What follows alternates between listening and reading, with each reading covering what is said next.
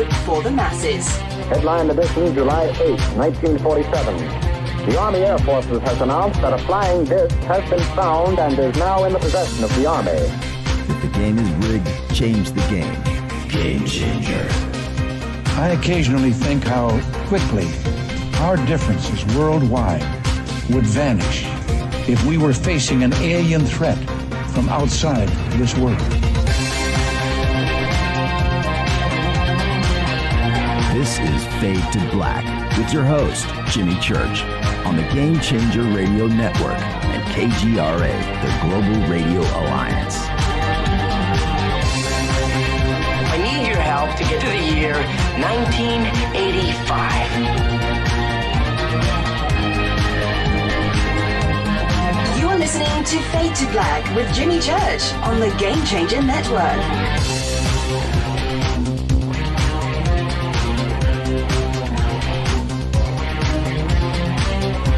Good evening. Fade to Black. Bespoke Radio. For the masses. Yeah. How you doing? How you doing? Today's Thursday, April 8th, 2021.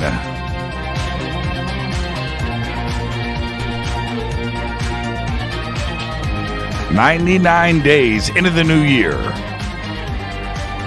Only 266 days left. We are live from a bunker somewhere in the middle of nowhere. A total undisclosed location. But it's beautiful. That's right. I would like to welcome everybody listening all around the world, all across the United States. Hither and thither, to and fro, back and forth, up and down, east and west, north and south, far and near. This is Fade to Black for KJCR, the Game Changer Network, and KGRA, the planets. I'm your host, Jimmy Church. What is cracking, everybody? How you doing? How you doing? All right. Well, it's Thursday, which means it's another Fadernight with open lines all night long. The call-in number, 747-228-2051. 747-228-2051. My favorite night of the week. It truly is, hanging out with all of you. So let's do this. 747-228-2051. I'm going to open up the phone lines at the bottom of the hour. If you've been hanging out with me today, you know that I spent a bunch of time on social media. I did. So I'm going to be talking about all of that tonight. And if you weren't hanging out with me on social media, go follow me on Twitter. That's what you should do. At J Church Radio. Head straight over there, and you can see what I was talking about. Yeah. And a few posts on Facebook, too, as well. Copy and paste. Just ask Eric Stitt. Control-C, Control-V. That is my name. I copy and paste. I do. It's faster that way. All right. 747-228-2051. And that is the number. Okay, you know what? All right. You know, I do this every single Thursday. I do the same thing. I give in. And, the phone lines, sometimes they're already turned on like they are right now. And if I don't start answering, it just click, and it's in front of me. So sometimes it's just easier to start getting some of these things out of the way. All right. But that just means you're going to be on hold. That's all that means. All right. Oh, I spaced it again today. Oh, and I've got such a busy weekend in front of me. I don't know if I'm going to be able to do it. I'm going to do it on Monday for sure. Maybe no, I can't do it this weekend. This weekend, it's bunker time. Yeah, we got to get this place. We got to get this place set up. We've got to do that. So I'm talking about the crystal skulls. I was going to start posting everybody's crystal skull pictures, and I didn't get around to it today. I apologize. I do. And I was going to talk about time travel tonight. That's off the table. If you've seen my social media today, you know where I'm going. All right. So crystal skulls. Carolyn Ford, Einstein, thecrystalskull.com. That's the website you want to go to. Promo code Jimmy. That's all you got to do. 10% off of your crystal skull order today. Been talking about this now for a few weeks. It's a big deal. It is the UFO MegaCon, June 6th through the 12th in Laughlin, Nevada. I want you to come and hang out with all of us because it's in person. It's live. Great lineup of speakers, all in person. So come and hang out with us. If you go over to jimmychurchradio.com, the banners are right there. Click on it. UFO MegaCon. And very limited ticket sales. And I know my crystal ball says this time next week, it's going to be sold out. Go and get your tickets now. 7 days of a conference. It's going to be really, really cool.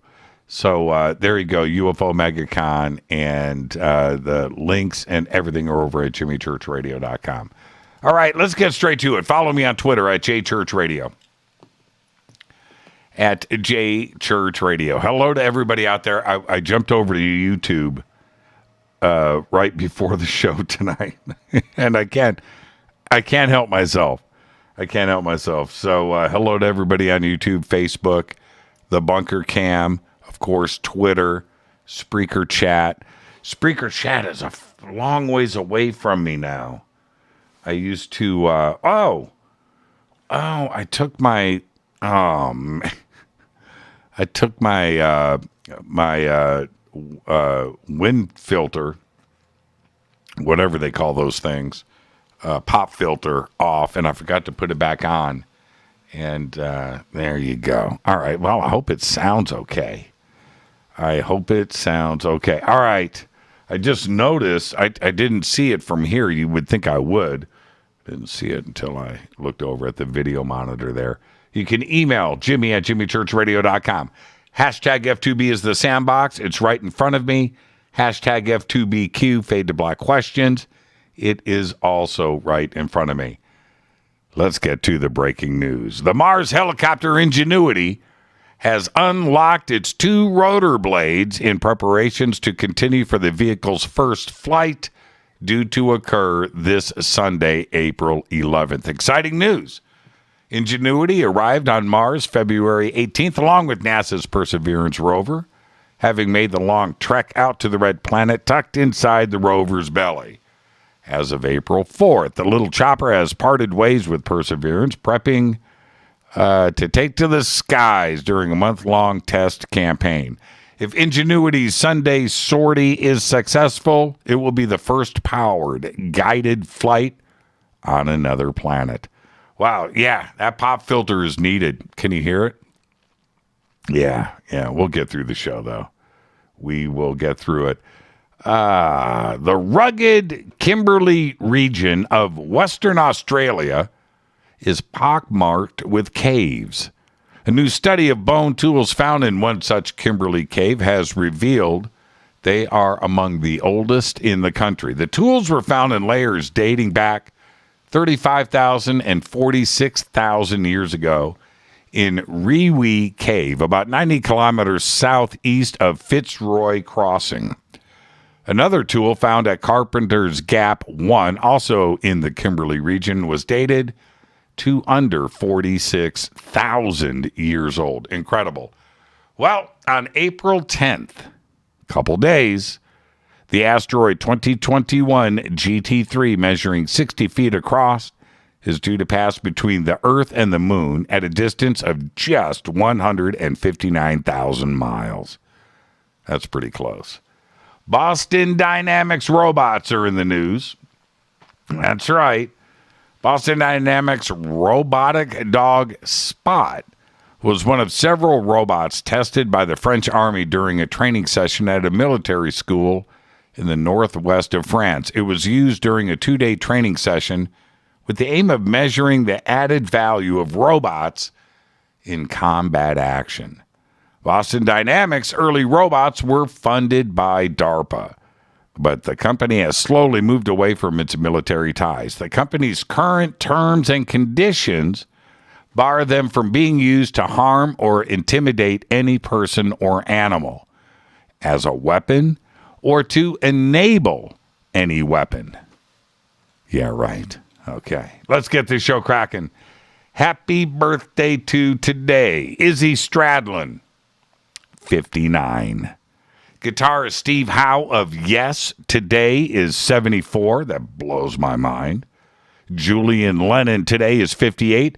Biz Markie today, 57 years old. Man, it seems like yesterday that song was a hit. What was that called? Just a Friend? Thinking. Yeah, I think it was good. And also today, OG Fadernight Kaz is 29 years old. Happy birthday, Kaz. Yeah. Lighting up Twitter right now. Happy birthday, Kaz. Our dead guy's birthday today is Alexei Laiho. 1979 to 2020, died at the age of 41. Alexei was a Finnish guitarist from Finland, composer, vocalist. He was best known as the lead guitarist, lead vocalist, and founding member of Children of Bodom. And he also played live guitars for Hypocrisy. I talked to Peter Tackren today, the lead singer of Hypocrisy, and we talked about Alexei a little bit, and he sent me a couple of pictures. Whew, man, Alexei has received widespread acclaim for his guitar work and is widely celebrated as one of rock's most accomplished players. The dude was the real deal. Alexei died on December 29th, 2020. No official cause of death was given, only stating that he left this earth at his Helsinki home due to long-term health issues during his last years. Happy birthday, Alexei. On this day in history, OTD, 1990. Twin Peaks. That's right. Twin Peaks premieres on ABC and was seen by 33% of the U.S. television audience. It's no joke. And the entire country was asking, who killed Laura Palmer? That's right. Fader fact. In 1924, the U.S., this is a fact. I posted this today on social media, and I also showed the military telegram that was sent out across the country. This is a Fader fact. In 1924, the U.S.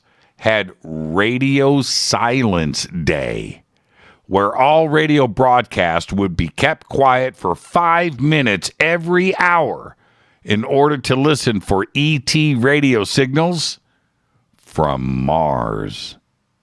And that is your Fader fact. Tonight, it's another Fader night. Open lines all night long. That's right. 747-228-2051. Now, it's time for me to hit this River Moon coffee. And I'm going to say I need it tonight when you hear what I'm about to say.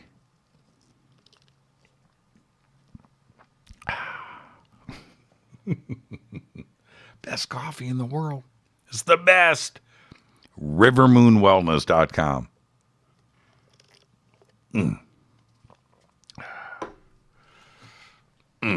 Fade to Black blend. Game changer blend.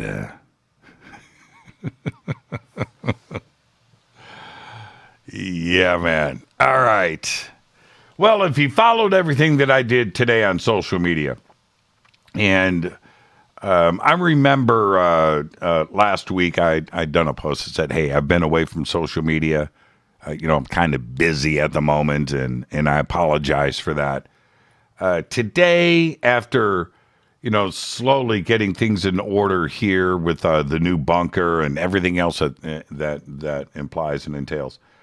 I was able today to get focused, and I could spend some time on social media. And then that coupled with the stuff that I read last night after the show and some reports, I'm going to talk about that in a second, but things are heating up, sort of, in the UFO UAP world at the moment. And let me put it to you this way. All right. And it's so easy for me to I know that we are being visited. We are being visited from civilizations outside of our star system. Don't know where they're coming from. Don't know how they're getting here. I've seen what I've seen. I've experienced what I've experienced. And I'm speaking for myself. Okay? Just right there. When you hear what I'm about to say, you need to understand where I'm coming from. All right? Because first off, we have the recent report from the Drive about a swarm of drones back in July of 2019. July 14th was the first night of the swarm of drones. Again, off the coast of Southern California, involving the United States Navy, the Coast Guard, a couple of commercial freighters. One, I think, was an oil tanker, and another one, a freighter commercial ship, and then a 50-foot private catamaran. That's a cool boat, 50 foot. That's pretty cool. Usually used for diving in that area, but nonetheless, a 50-foot private catamaran. Now, I read the entire article, and it's really well done. Everything's in there, and it's complete. You've got ship's logs. You've got emails. You've got investigations. All the correspondence going on inside of the investigation. And yes, it's very, very interesting, but it was drones. Okay? And this is in the same general area as the Tic Tac.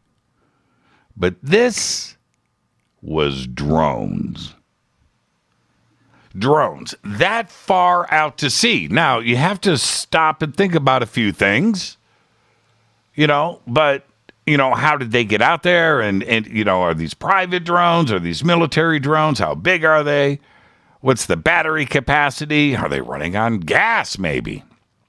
Some other propulsion system? Well, the answer is yes, apparently, because we have to go with what the Navy has reported. Navy says drones. Navy doesn't say UAPs. Navy doesn't mention UFOs. Navy doesn't mention anything crazy. Navy was assuming that somebody was buzzing their ships with drones, multiple drones. Okay? The who, the what, and the why are still, at this point, to be determined, and I think the investigation is continuing. But it's a great story. But it was drones. And not of the alien kind, by the way. Combined with all of this, George Knapp has posted some images, a night vision video of a few objects. All of it quite compelling. And today, I posted he calls it the blimp, right? Okay. That's his words, not mine. He calls it the blimp. It's a pretty cool picture, actually. And he posted this on Twitter and Facebook and on his website. And so I turned around and I posted his blimp image. And I compared it to the X-37B. Now, I have no idea what his image is. Neither does he. It could be anything. But the first thing that popped into my head when I looked at it was, hey, it's the X-37B. That's what in a slight turn, it's kind of banking. But again, I have no idea. I really don't. And I think everyone should go take a look and comment. What do you see? All right. Next up, Knapp posted a night vision video that was taken during the swarming drones event back in July of 2019, allegedly from the USS Russell. Now, I say allegedly because I wasn't there, so I can't confirm any of the details. But in the video, you can clearly see a triangle-shaped craft up in the sky. All right? Okay, cool. The reports are that it was, again, allegedly, flying at about 700 feet in altitude, which is very low. Okay? That's 2 football fields. That's low. But which would make this object in the video very small. Now, I'm guessing probably 5 or 6 feet across. It's not very big. It's not, if it's at 700 feet, which is right in front of you, and you're looking at a tiny little I mean, how big is it? It's not 50 feet. It's not 40, 30 feet. It's tiny. It's 5 or 6 feet across. So, but here's the thing. Knapp and Jeremy Corbell are saying flying pyramids. Now, these are their words. It's in their headlines and everything else. And this is quite a leap in that, well, I mean, everybody wants clicks, and I get that. But this object has flashing aircraft lights going off on it, man, right there for everyone to see. So this is not anything paranormal, supernatural, ET-driven, alien, or Egyptian, for that matter. It's a drone. It's shot with night vision. So the actual shape is anybody's guess. In the video, it's a triangle. And that could be any kind of digital artifact, a lens flare. It could be anything. Now, but it's terrestrial. It's from planet Earth.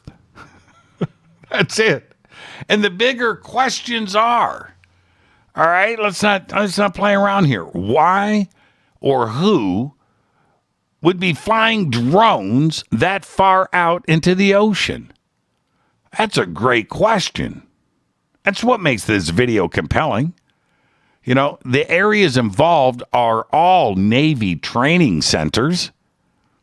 Right? San Clemente Island's right there. And commercial and private drones don't have the battery capacity to fly that far. We're talking about,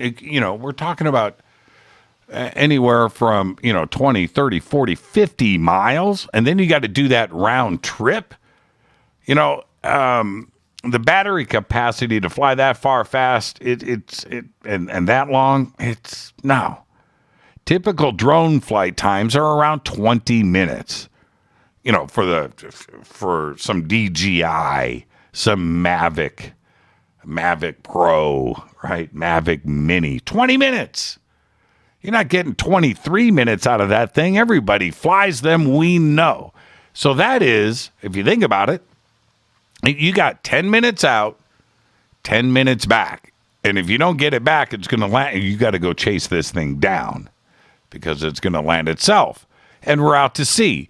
So who's going to do that with their $1,000 Mavic Pro that flies for 23 minutes out at sea, and you're going to be out on the open ocean? Well, these were above these Navy boats and other boats, too, as well, for extended periods of time. So it says to me that these drones were definitely military grade, and they knew exactly where the Navy was cruising their ships. So think about that. And you have everything else that is onshore in San Clemente Island and radar and electronic surveillance. You would think that they knew everything that was in that area when it comes to drones. Right? So that's one of the head scratchers here. But could it be a Russian submarine surfaced and launched a bunch of drones to freak out the Navy? Yeah, it's possible. Anything's possible. In fact, that's totally possible. But a more likely explanation is that it was our Navy's drones. probably launched from San Clemente Island, which is right there. I don't know, but my spidey senses are telling me that ET isn't flying battery-operated propeller drones with aircraft lights in our airspace. I just don't think that it's likely. I may be wrong, but I'm going with my gut on this one. And one final note.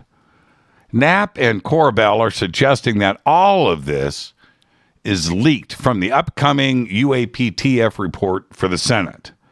Now, I hope that this isn't all of the good stuff in this report, because if it is, and this is the best that the Navy can give us, the report is going to be crap. To me, this is an indication that the report is going to be exactly what it's supposed to be. About drones, stuff, normal things that are just, well, unidentified. And the Navy just needs to spend more money.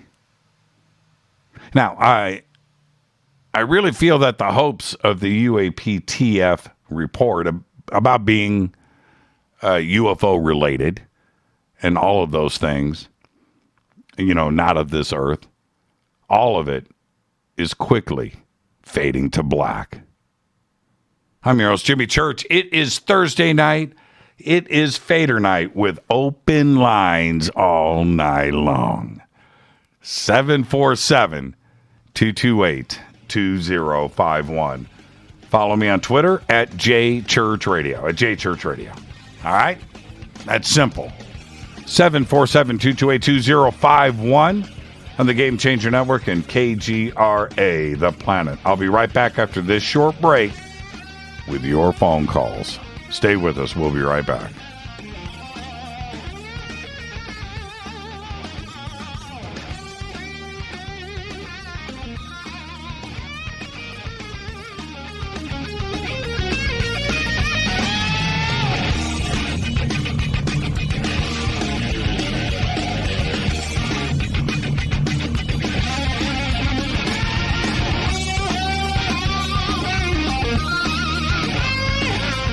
This is Nicole Church, daughter of you-know-who, and you're listening to Fade to Black on JimmyChurchRadio.com and the Game Changer Network. You're listening to Jimmy Church, Fade to Black. Fade to Black will now pause for alien identification. The station that talks the net. KGRA Radio. Introducing the Game Changer blend from Rivermoon Coffee that delivers a customized blend made specifically for the Fadernauts. If the game is rigged, change the game. It's a bolder cup with some bite. Game Changer is the coffee of choice for those that prefer an organic dark roast that is slightly lighter and milder, but it's still dark. With wild notes of pecans and chocolate with a rich, balanced, full-bodied cup that is roasted to perfection for a great coffee to start your day, as an after-dinner coffee or anywhere in between. Artisan, small batch roasted to perfection. USDA certified organic, all Rivermoon coffee is freshly roasted and packaged in the USA. Just go to rivermooncoffee.com or click on the banners over on our site and use the promo code F2BBLEND for 15% off of your order today.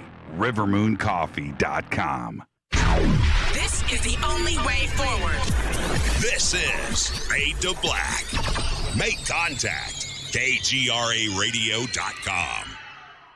This is Jimmy Church of Fade to Black, and you can get our podcast for just $2 per month. All you have to do is click on the podcast banner over at JimmyChurchRadio.com. Hi, folks. It's troubling times, and fear is pushing emotions, which in turn pushes health the wrong direction. Do you ever get an ache because life is uneasy? Try Life Change Tea at GetTheTea.com. Life Change Tea works on your digestive tract, helping to move food through quicker and comfortably so your health is spot on. Life Change Tea may not help with world issues, but it will help with your digestive issues.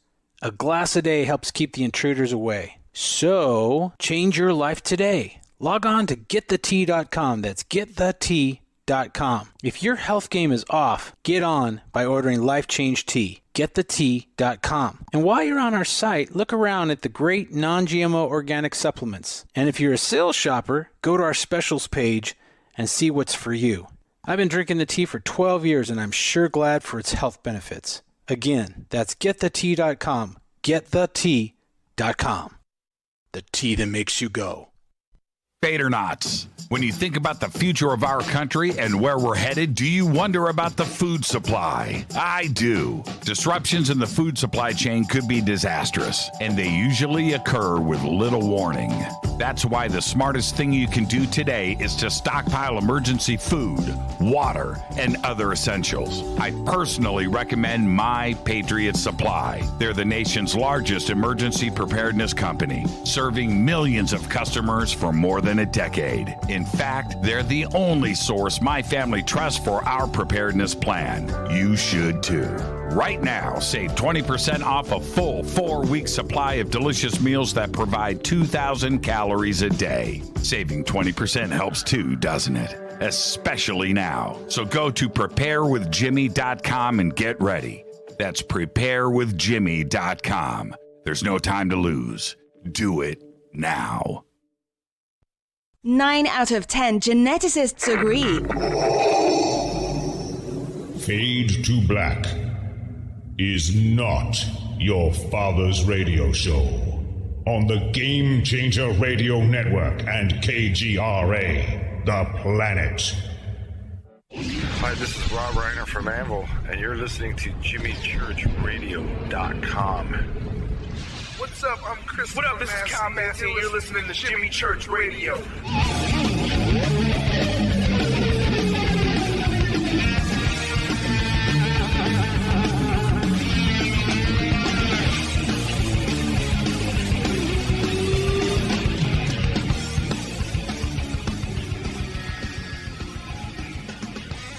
Welcome back, Fade to Black. I'm your host, Jimmy Church.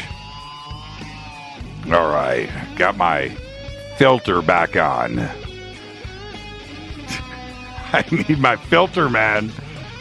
My what is it? Pop filter? What is it? I forget what they call these in the audio world. Yeah, which I used to be a part of. But man, that sounds a lot better. All right. Can you tell? Can you tell the difference? See, now I can get all aggressive. I don't have to worry about my P's and my puhs and all that stuff. All right. 747-228-2051. That is the call-in number. Got a ton of calls on hold already, but if you want to get in line, 747-228-2051. Yeah, I feel a little bit weird about the way, and I respect George Knapp. I really do. Corbell, that's another issue altogether, but in its own way. I don't mean it in a negative sense. But there is no reason to be Barnum and Bailey with this. You know, you don't need to say flying pyramids when it's not flying pyramids. It's friggin' drones. You know, and that's it. That's it. There's nothing else to this. The Navy trying to figure out drones in their airspace above their ships. That's big news. Just ride with that. I mean, that's great stuff. You don't have to say flying pyramids, man. Flying pyramids. It's not UFO. It's not. And I posted today. Look, I posted today. Well, apparently ET is using FAA standards with their aircraft strobing flashing lights to let us know that they're in the airspace, they're in the area. Wow. And clearly that's not the case. And I don't want to be somebody in the UFO community that is debunking another researcher or appears to be attacking another researcher, because I'm not. But the UFO community has got enough problems on their hands right? And dealing with stuff that we don't need this, right? And it's really that simple. I mean, you've got a great story. There's drones out to sea. Drones. Somebody, is operating drones above missile frigates and destroyers and things. That's crazy news. Let's figure that out. Run with that. That's big news. Flying pyramids. Oh, God, man. Oh, okay. All right. I've seen what I've seen. Let's figure this out together. Right? We're all talking about UFOs and the ET presence right now. We don't need this. We don't. And there are, I could sit here. Are we being visited? Yes, we are. Let's talk about that tonight. Okay, yeah. And that's where I'm coming from, because that is my experience. That is my own experience.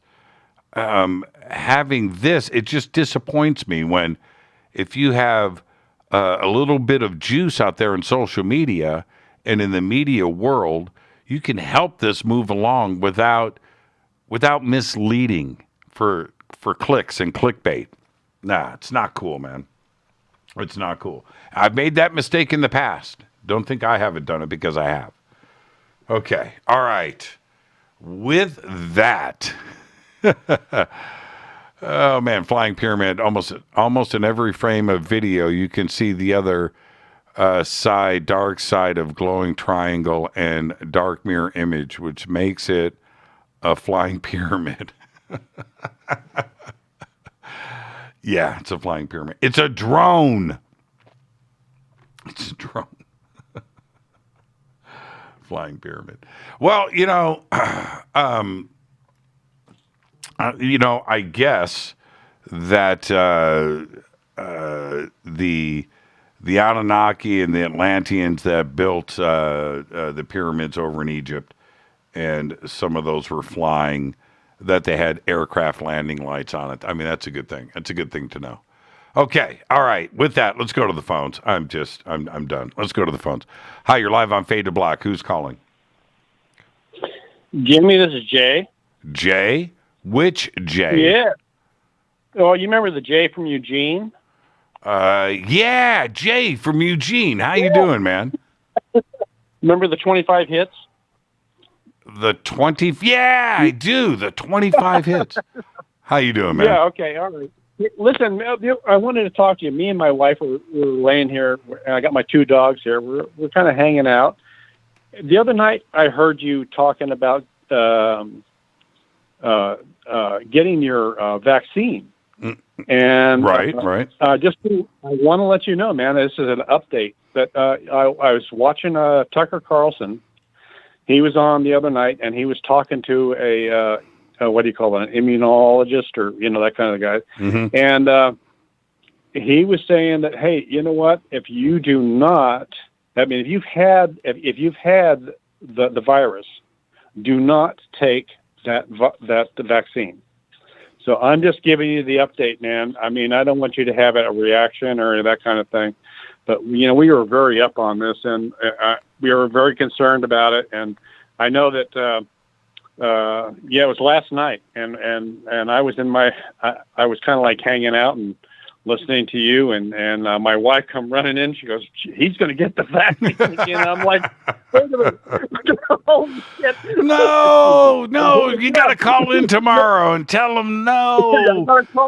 Okay, yeah, well, I said, man, this is the trippy thing, and I want everybody to listen to me really closely.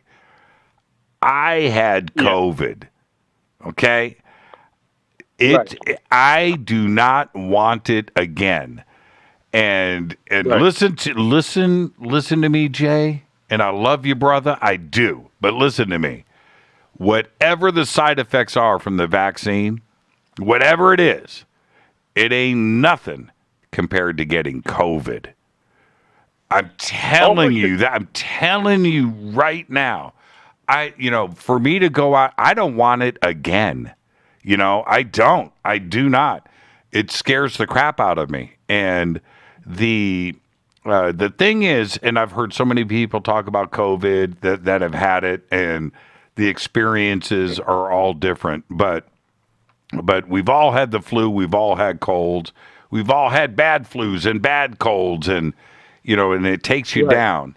But COVID, from my experience, was this mechanical demon, this thing, and it was pain, and it was, you know, it was out of my control. There was nothing I could do. And the headaches and the things that lasted for about 6 weeks after I was done with COVID, which I'm still shaking off to this day. I mean, I still feel that at any moment, right, these insane headaches. And the headaches weren't headaches. The headaches felt like my skull was cracked. Like I fell down, like somebody hit me in the head with a baseball bat. Like my skull was cracked. This heavy trauma feeling. I can't explain it. You know, the pain, the way that it felt like my brain was too big for my skull, and it was just like like it cracked. And yeah, I got it. I don't want to go through that again. I don't. So what would be something? Well, death. That would be bad, right? No, with the vaccine, but that's not it. That's not it. But you have the immune system. Your immune system is done. Well, for how long though? Yeah. I mean, from what I understand, this doctor's talking about, it's the best way you can get it. I mean, if you can have your immune system, work for you, that the best way is to get it. The second way is to get the vaccine. Mm-hmm. So you are the best. You are at the best right now. Now, if you take the shot, you put your system in jeopardy. Mm. You're going to put your system in jeopardy, and I want you to go out and you find the information out. Okay, I'm going to research this, Jay. I'm going to look into it. Because I don't want you to go through like 4 or 5 more friggin' years of going through this crap and having those headaches and that kind of stuff. Because you can jeopardize your system too much. So, did you get vaccinated? Did you get vaccinated yet? Not yet, no, because I'm in Oregon. I'm in one of these weird states, okay, and so we're kind of like waiting for. And I'm set. I'll be 70 in April 16th, okay, and it's like I'm waiting. I might get vaccinated, and then I may not. By the time it might blow over by the time it's all done. I don't know. Interesting. Interesting. I'm kind of like weighing the odds right now. We don't have a lot of it in Oregon right now, but and so we're just kind of like I'm playing the odds. You had a lot in California. You were at the kind of like the epicenter right there. So there's no doubt you were going to come up with it, and especially you probably were hanging around with a lot of people that had it. So, yeah, and I agree. But you're 70 years old. Well, see, this is the thing. If you've lasted this long, it feels like we're on the backside of this. At least in the United States, the numbers have really, really dropped. Other countries, the numbers are still there or going up. There's some states that are showing an increase, but I think it's at its end now. So maybe at this point you don't need it. There's some people that may never get it, right? That they've got some natural immunity to it. Jimmy, I'm O positive, so that's one thing. But the other thing is I'm a very healthy 70. Well, yeah, I would have never guessed you were 70 and talking to you right now. So there you go. I had no idea. Good for you, man. Remember the Negrotron? I do. I'm the same guy. So, hey, Jay, enjoy the rest of your weekend, my man. Thank you so much. Okay, but we're very concerned. Okay, take care. Yeah, I'm going to go do my research, Jay, because of you. Thank you, man. Okay, check out Tucker Carlson. I'll talk to you, man. Thank you so much. All right, bye-bye. And it's a weird situation that we find all of ourselves in right now. All I can say is this: I don't want it again. I do not, man. I just don't know. I don't know if I could deal with it. It was that bad. All right. With that, let's see, man. Lots of calls. Let's go here. Yeah. Thursday night. 747-228-2051. Hi, you're live on Fade to Black. Who's calling? Hi, Jimmy. This is Kevin. Hey, Kevin. How are you, man? Oh, not too bad.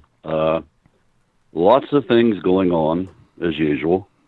Such as? All these, conspiracies in general. Mm-hmm. With the sort of disclosure of who Q is. All this stuff, conspiracies, all wrapped together in a nice little neat box or package. And where does it lead? You're asking me? And I've been asking. Oh, okay. No, I just You're paused. asking me. Oh, but no. By the way, I'm glad you got the pop-up screen on there. That's the first thing I noticed tonight. Yes. Anyways. Yes. Anyways, yeah, all these conspiracies, they're all tied together, from chemtrails. I mean, you name it. Just go through the list. And it's a deflection for something, because we are still in the middle of not only a pandemic, but I think a paradigm shift. And we are starting to see things look a little bit clearer, but we have a way to go before we actually get there. Well, my concern, and I really mean this, my concern is for those out there that were connecting the dots and all of these conspiracies and all of this stuff, and they're losing their minds. They're just thinking that the world is coming to an end, that Right. And worried, panicking, high blood pressure, losing their stuff. And then you get the big reveal, right? You go behind the curtain, and it's not this big monster of a situation, but it's a little dude, pulling a couple of levers at a laptop. And right. And now you've got to deal with that emotionally. How do you go back to your family and go, you know what, I got sucked into it? Nobody wants to do that. How do you do that after you spend a year, 2 years of convincing your family and friends and coworkers about all of this stuff? And then now you've got to go back and eat crow like that? I mean, a big bowl of crow? That's tough. And I feel I have big concern for that.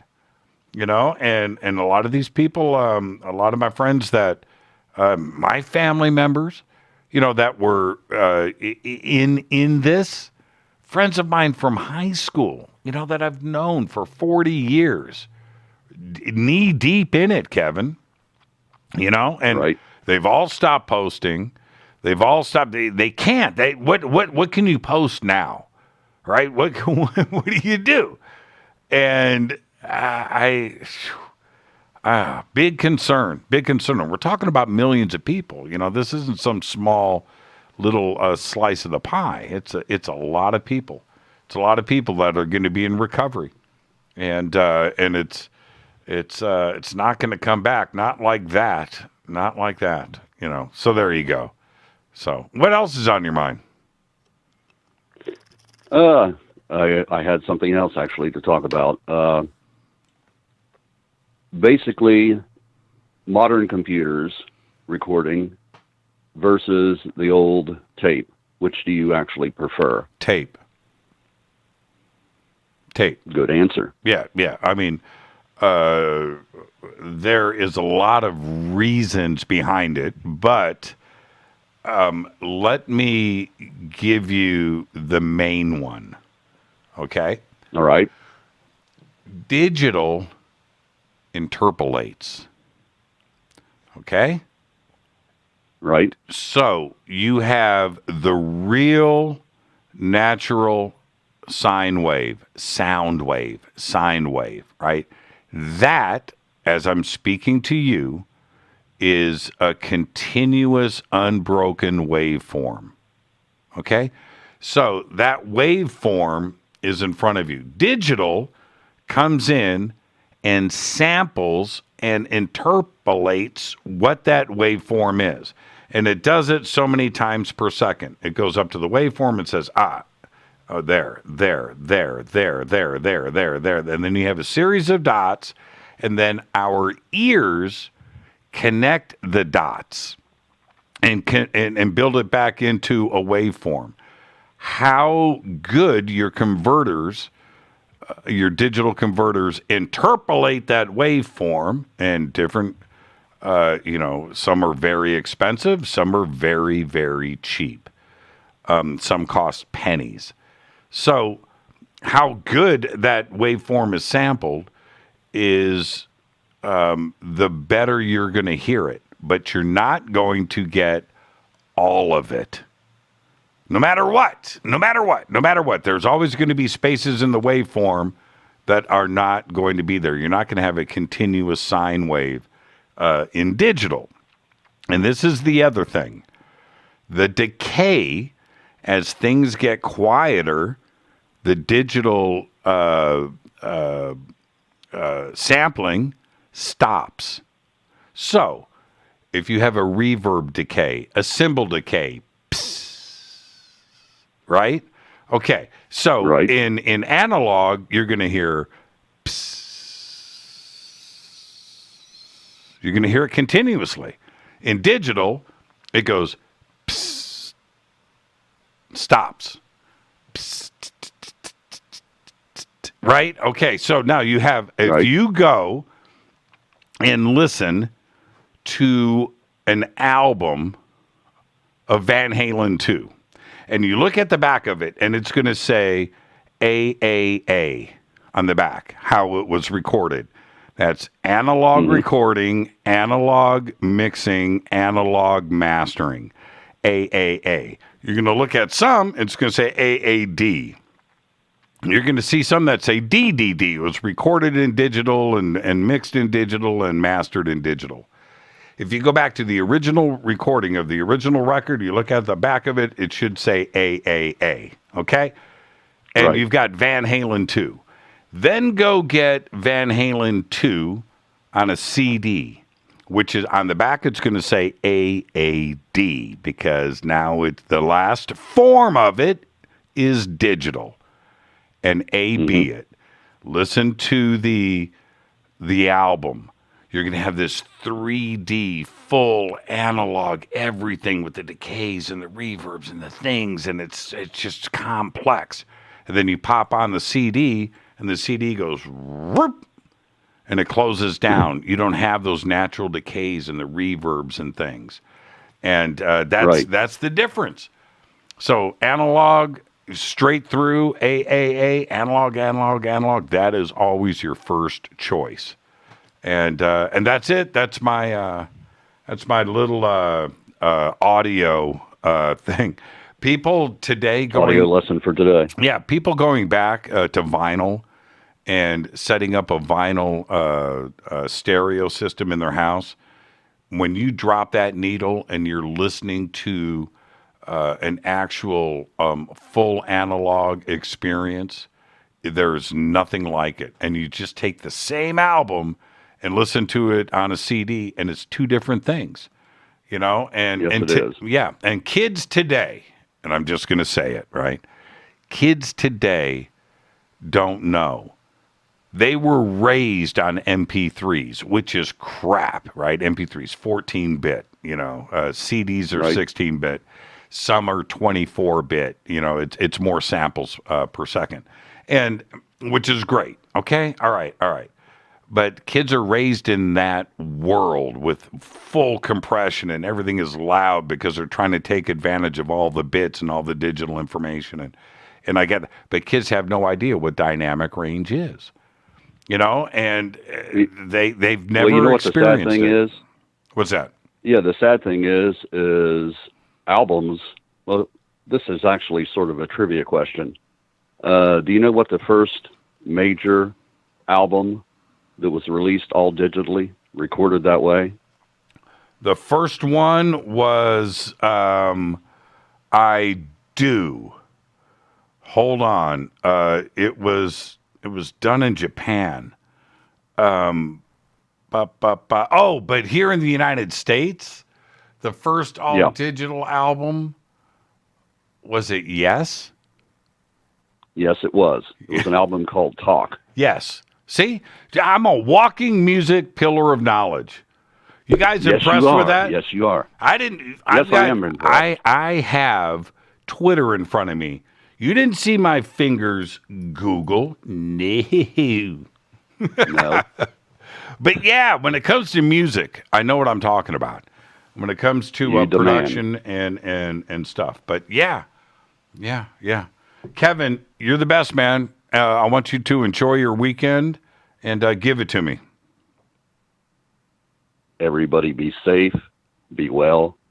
It's time to fade to black. That's what I'm talking about. Kevin Korber. Kevin, enjoy your weekend, my man. You too, Jimmy.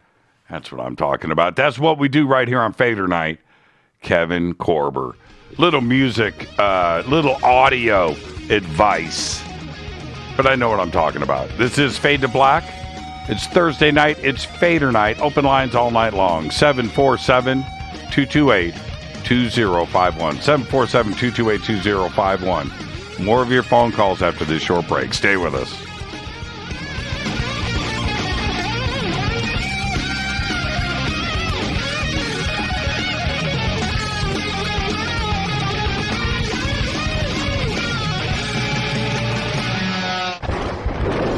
This is Fade to Black with Jimmy Church on the Game Changer Radio Network and KGRA, the Global Radio Alliance.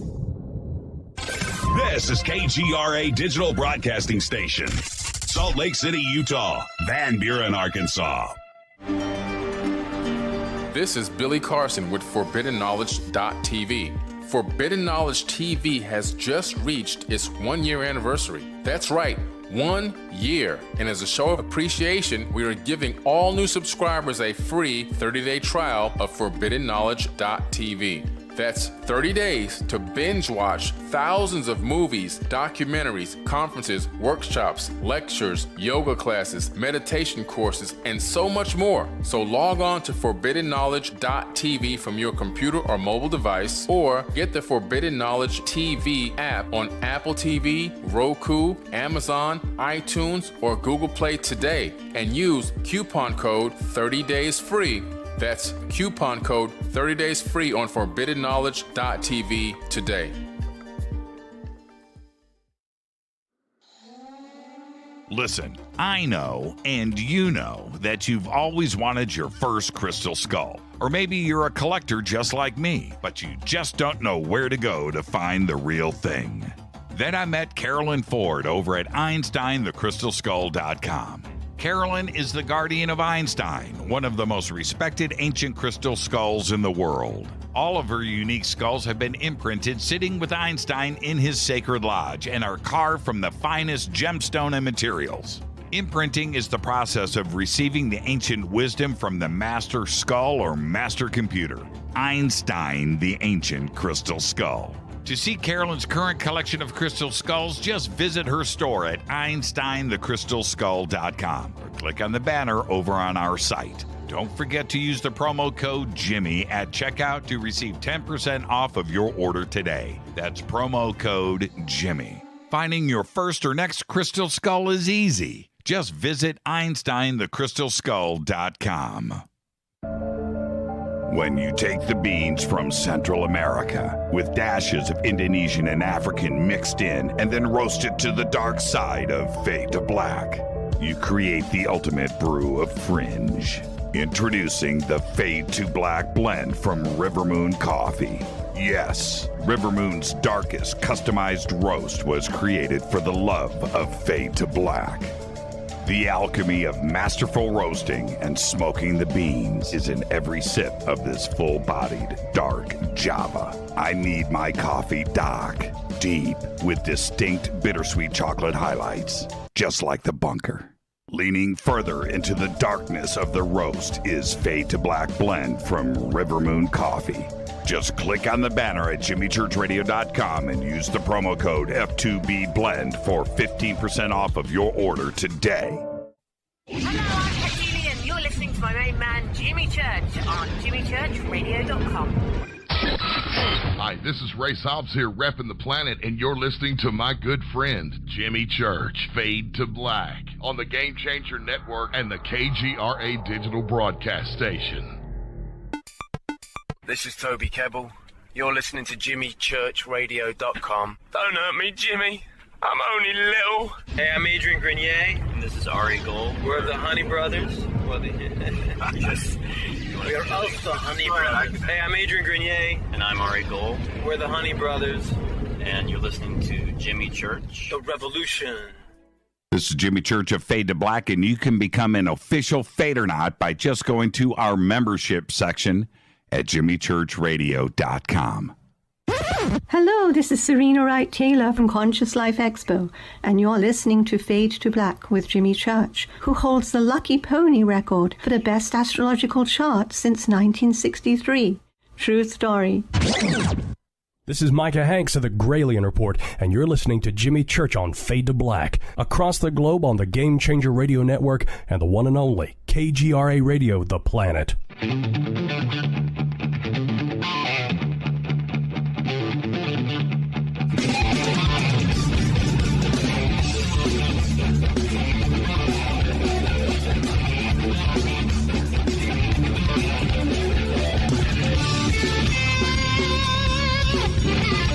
Welcome back, Fade to Black. I'm your host, Jimmy Church. Tonight's Fader Night. Open lines all night long. 747-228-2051. I just saw a post up here on Twitter. Rest in peace, DMX. Did he pass away? I had heard reports earlier today that his brain functions were unchanged, that the family is now left with a difficult decision. I had read that a few hours ago. I didn't know that anything had changed. If it has, post it up in Twitter and let me know. Wow, that's crazy. That's crazy. I don't even know.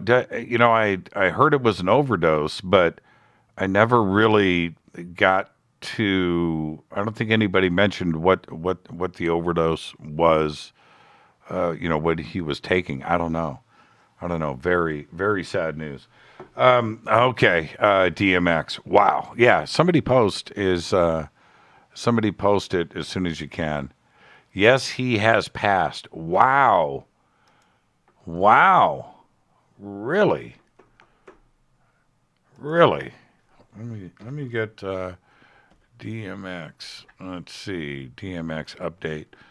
Yeah, not announced. Okay. This must be really quick breaking news here. And that's Kaz. Kaz's birthday today, by the way. Kaz, post me a link to that. All right. Let's go back to the phones. Hi, you're live on Fade to Black. Who's calling? Hey, Jimmy, what's up? It's Nelson from San Diego. Hey, Nelson, how are you, man? Good, thanks, man. Every time I call you, I think I'm going to talk about one thing, and then something derails me. And this time it's going to be a DMX. I have no idea what was even going on. Yeah, I don't know. It's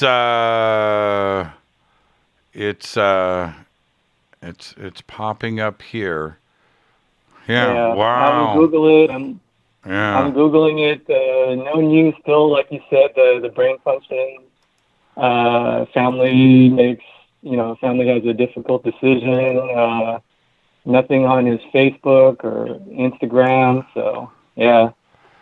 Yeah, there's a couple things on Twitter that are reporting it 1970 to 2021, and Yeah. Okay. So let's. I need this confirmed before I go and make this kind of announcement because that's a really big deal. So I just want it confirmed. Yeah.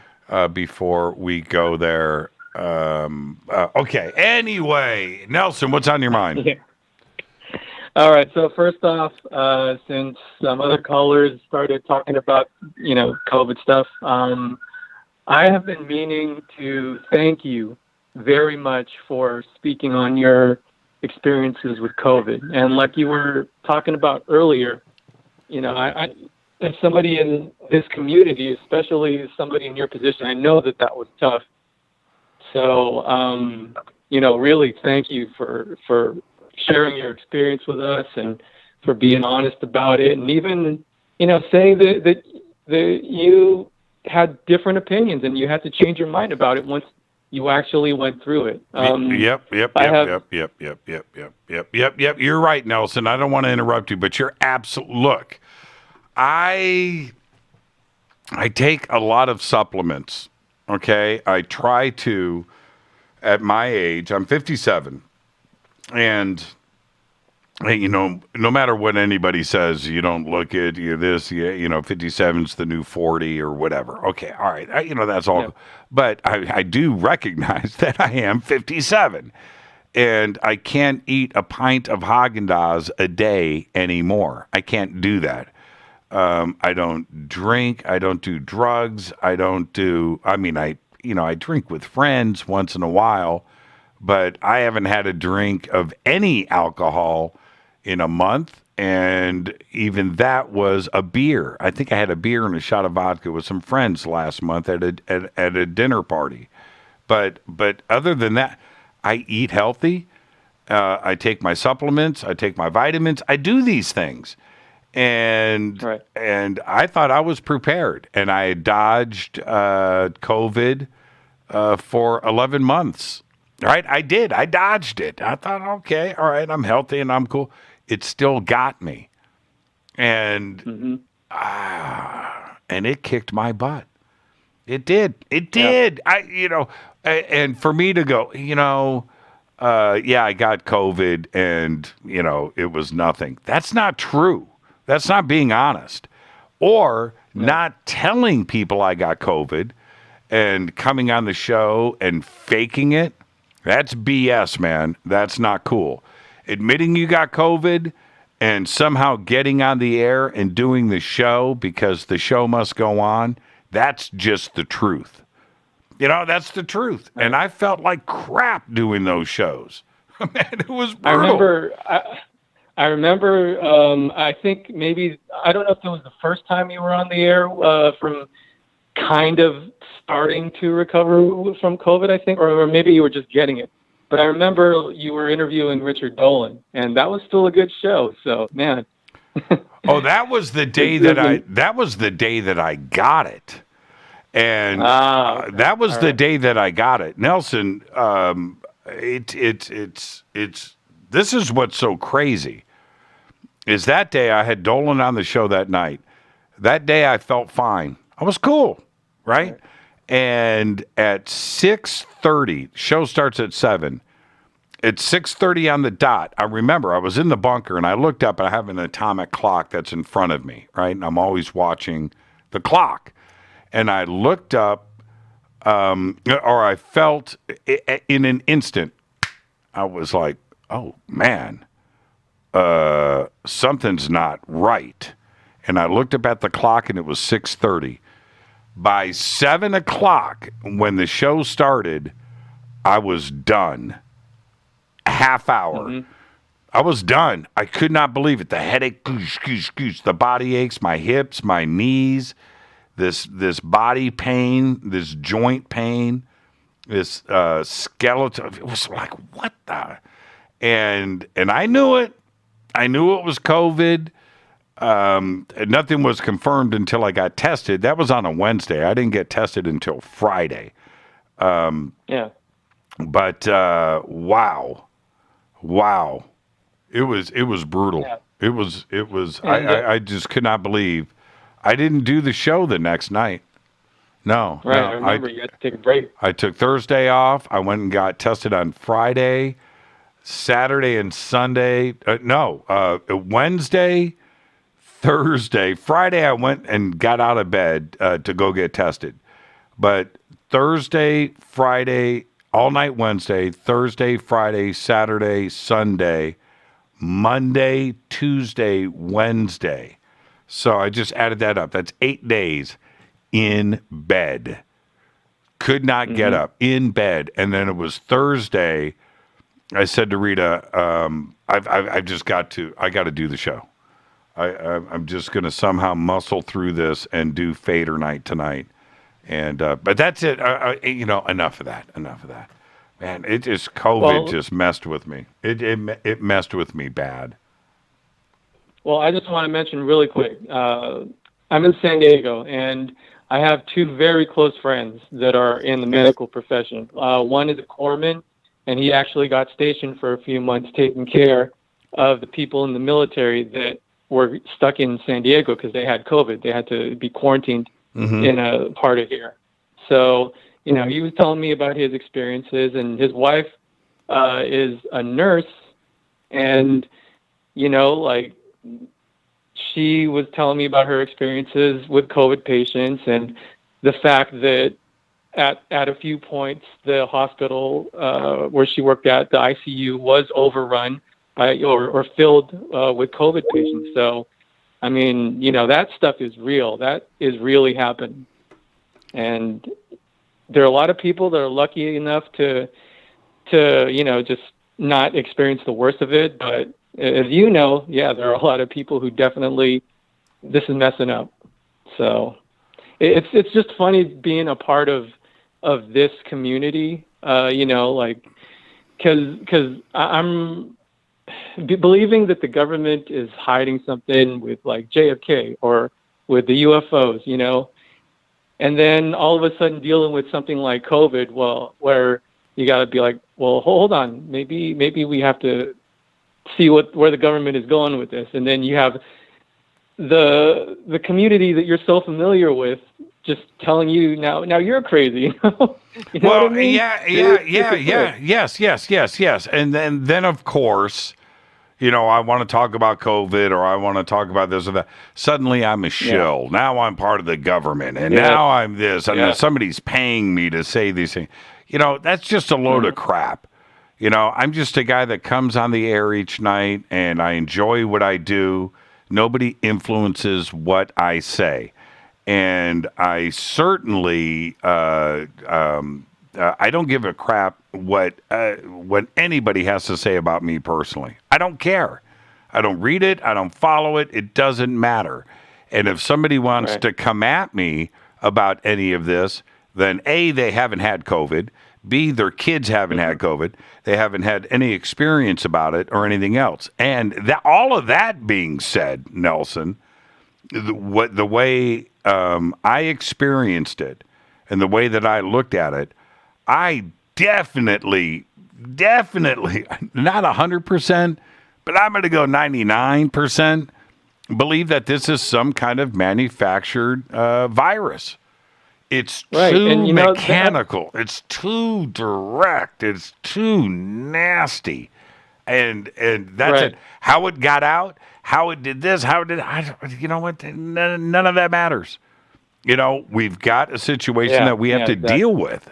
That's the facts, and I don't want it again. I don't, man. Oh. That's exactly how I look at it too. We can have another discussion about where it came from, whatever else, but to make sure nobody gets it, that's what we need to be actually doing, we need to be wearing the mask and we need to be quarantining or whatever it is, whatever the case is for wherever you're at, I don't we know. Need to be doing it. Yeah, I don't know what the solutions are. I don't. Yeah. I know that I'm telling you, as a parent, you do not want to see your kids or your parents go through this. You don't want to do it. Right. If you get it, you have to deal with it on your own terms. but you don't want to see your loved ones get it. You don't. It's too brutal. It's brutal. Yeah. Man, who cares about Even the if flu, a cold? It's laughing stock stuff. COVID is no joke. And I remember, Nelson, okay, I so want to stop talking about COVID, but I remember I was sitting in front of a few friends, and it was like 3 weeks later where I'd gotten through the worst part, but I had entered into these crazy headaches, and they were nuts. And I was sitting with some friends, and I was like, man, here it comes. It's coming right now. And I could feel it. And I had to check out. I got up. I walked out. I went in the house, took like 6 Advil, and went to bed. You know, and that's it. It came on that quickly. I could feel it, and the next thing you know, and it was brutal. And that lasted for 6 weeks. So, and I've been over it for a while now. Well, Nelson, enjoy your weekend, my man. Thank you so much. Jimmy. Yes. Can I ask you one thing that's not COVID related? One more thing. Sure. Yeah. Really No more quick. COVID tonight, everybody. No. Okay. What's with the Egypt trip that you brought up with John Enoch yesterday? Yeah, that is in March of 2022. And it's March. It's 11 months away. It's going to come up here very, very quickly. And something like this, international and things, the planning of it has to happen very early. But it is confirmed. It's March 2022. And then I would say that over the next couple of weeks, as everything gets assembled and is on the site and accessible to everybody, I'll announce it. But myself, Billy Carson, Johnny Enoch, and Muhammad Ibrahim going to lead this tour, man. And it's going to be extraordinary. I can't wait. So it's March 2022. Right on. I want to be a part of that. Yeah, man. Would love to have you along with us. All right. Thank you very much, Jimmy. Enjoy your weekend, Nelson. Thank you. Fade to black. Fade to black. That's what I'm talking about. That's a good phone call right there. No more COVID tonight. I'm already done. I'm COVIDed out. I'm COVIDed out. Already. Let's see here. Man, so many calls. But I'm going to try to get everybody in here. Okay. Hi, you're live on Fade to Black. Who's calling? You're live. Hi there. Yes. Hi, Jimmy. It's Steve. How are you? Steve, you got to talk into your phone. Yeah, I'm driving a truck. I'm on I-40 around Essex. Okay. West. All right, Steve. What's on your mind tonight? For a long time, I've been wanting to share a childhood nightmare, possibly the scariest nightmare I've had in my life. And I just found tonight was the opportunity I'd like to share with you. Okay. What do you think? What happened? I grew up on the southwest side of Chicago. It was a winter night, and I was like between 5 and 7, I would say. And I had this horrible dream of standing out in my backyard. Now, if you know Chicago bungalows, they have crawl spaces. Yes. Underneath the house, like for storage. I'm standing in my backyard. I'm looking at the crawl space, and you could just imagine like a thick cloud of blackish smoke, but not smoke, with gnarling teeth racing out of that space to attack me, and then I woke up so scared. The next morning, I convinced myself to go outside on the cold winter day and prove to myself it was just a dream. Okay? Mm-hmm. I did, and guess what do you think I found? What'd you find? A dead, frozen black cat. Oh, really? Yeah. Yeah, that'll mess with you. I grabbed my garbage man's shovel, which is a big flathead coal shovel, and I scooped them into the shovel and chucked them in the garbage can. And then it never happened again. No, I never got to dream again, but I'll always remember it was the most horrifying, scary dream I could ever remember. Because it's the whole thing was how frightened I was when the thing was going to attack me. It was almost, I would say, traumatic. Yeah, that's wrong. That's what that is, Steve. Yeah. Wow. I shared it finally after all of these years. I'm your age, and, this is a dream from 50 years ago. Yeah. Hey, Steve, honk your horn for me. Yeah. Okay, I'm making sure it's safe. Okay, here it comes. That's what I'm talking about right there. Steve, be safe. Liner. Be safe out there in the open road, my man. I wanted to ask you one question. Sure. I got a 68 LPR bass that I got from Les Paul, and I sent you a picture of it, of me and him in his kitchen, like a couple of years ago. I'm in a red shirt, and just me and Les.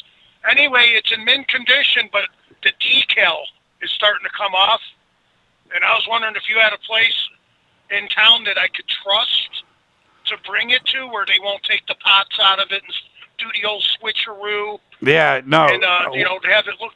I don't have anybody in... Where are you right now? Well, I live in Topak, Arizona, but right now I'm heading west around Essex. Okay, there's only one guy to trust. No, there's plenty of trustworthy guys, but my guy is a guy named Pat Wilkins. And Pat is here in Wilkins, Wilkins. You can look him up. You can find him all over the place. And, a couple of my guitars here, but he painted all of my guitars. But he could do anything that you need. And just look him up, Pat Wilkins, and tell him I sent you, okay? He'll take care of you. You got it. Appreciate it. Thank you. Have a good night. You too, Steve. Thank you so much. Tappy. That's what I'm talking about right there.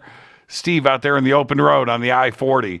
And, Pat Wilkins. And I'm just going to say this in confidence with all of you. Pat Wilkins is the absolute best.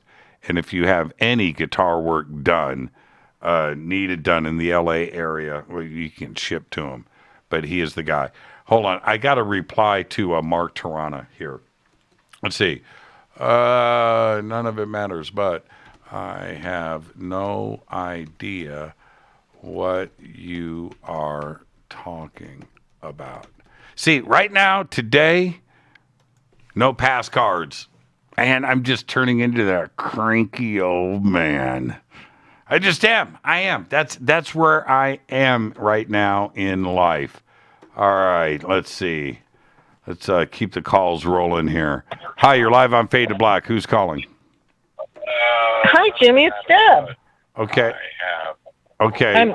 You got to turn you off. You got to turn me down. Okay. Yeah, I turned you off. I had you on my iPad. I got you turned off.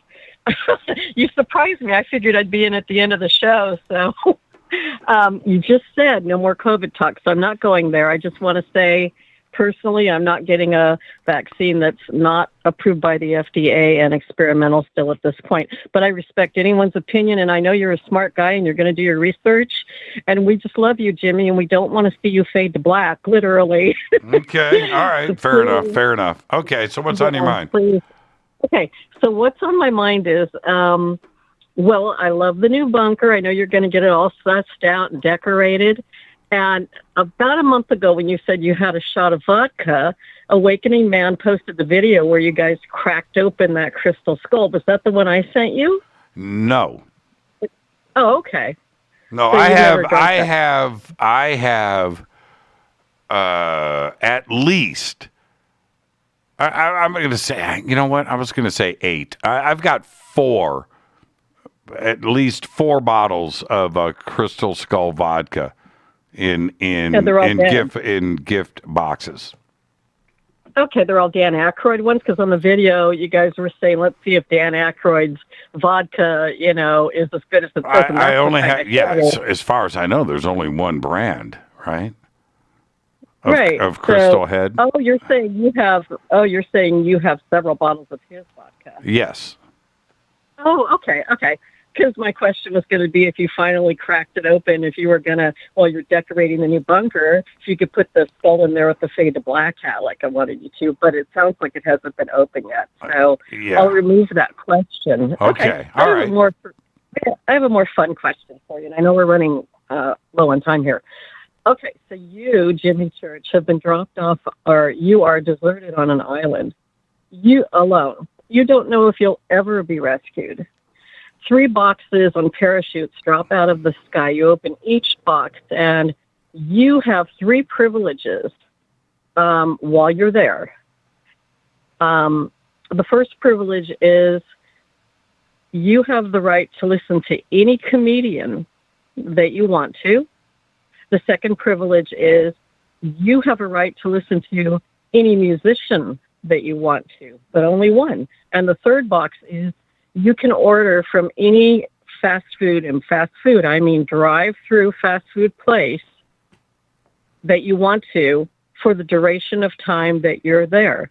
So music, only one musician though, 1 drive-through, and 1 comedian. Who do you pick? Sam Kinison, Van Halen, In-N-Out Burger. But In-N-Out Burger has a very limited menu, so remember, you have to eat no. In-N-Out double, grilled onions, every day. Order of fries, Every chocolate shake every day for the rest of my life. I'm good. Well, that was very definitive. I'm good. I've done that. I've eaten In-N-Out every day. Not hard to do. I love their burgers. Yeah, it's the best. So that's all easy stuff to answer. All easy. Okay. Did you have any reservations at all, or did anything last night that Johnny Enoch talked about give you pause? No. Why would it? I listen to everybody, and he's got somebody that he's having a conversation with, and he wanted to share that with me, and we sat down and had a conversation about it. It was great. It was great. That's all you got to do. Just listen. Doesn't matter. You know, it was so funny last night watching Eric Awakening Man go off the rails, and I'm just picturing Eric, you know, sitting in his living room with his iPad, with his cat, you know, and his bong, and he's you know, he's got his one-hitter pull stem, you know, and he's popping rips and listening to the show, losing his mind. And I think, you know what? And if that's what you get out of a show, I win. Well, I've said it a million times. If you sit through Fade to Black or any radio show and agree with everything that is said, you're listening to the wrong show. Where do you go? How do you advance your mind? How is that even interesting? You need to get pissed off. You need to get angry. You need to disagree. You need to have a reason to think. If you're just sitting there going, yeah, man, okay, yeah, I agree with that. I agree with that. I agree. And you want to do that for 3 hours? No way. No. I want to listen to somebody that's going to get me angry, that's going to make me think, that's going to make me debate in my own mind. That is how you move forward. And so if Eric Awakening Man was losing his mind last night and everybody else wasn't tossing their cookies and just getting angry, then this is the right show to listen to. That's Absolutely. Can I say one thing real quick? Well, quick? It's got to be less than 10 seconds. Eric, Awakening Man, Aaron and Eric Stitt. I can't see their comments anymore. They both have me blocked. Whatever I did, I apologize. I'm sorry. I missed talking to you guys. Time out. Give me a second. Okay. Bye. I got to go. Bye. Have a good weekend. All right. Yeah, you Bye. too, Deb. Thank you so much. And I got to go straight to commercial. This is Fade to Black. I'm your host, Jimmy Church. Thursday night, Fadernight. Open lines all night long. 747-228-2051. 747-228-2051. I'll be right back.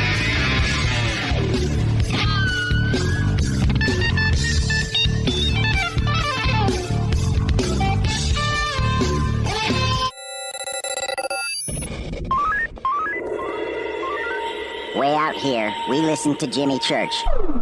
You're listening to Fade to Black. Always on the edge of the hottest alternative talk. Jimmy Church with Fade to Black. KGRARadio.com. ¿Qué tal, mis amigos? Yo soy Mario Carson, el tiburón, y los invito para que escuchen a mi buen amigo Jimmy Church Radio. ¡Claro que sí! Do you want to be an official Fadernight? Of course you do. This is Jimmy Church of Fade to Black. Just go to our membership section at jimmychurchradio.com. Fadernauts. When you think about the future of our country and where we're headed, do you wonder about the food supply? I do. Disruptions in the food supply chain could be disastrous, and they usually occur with little warning.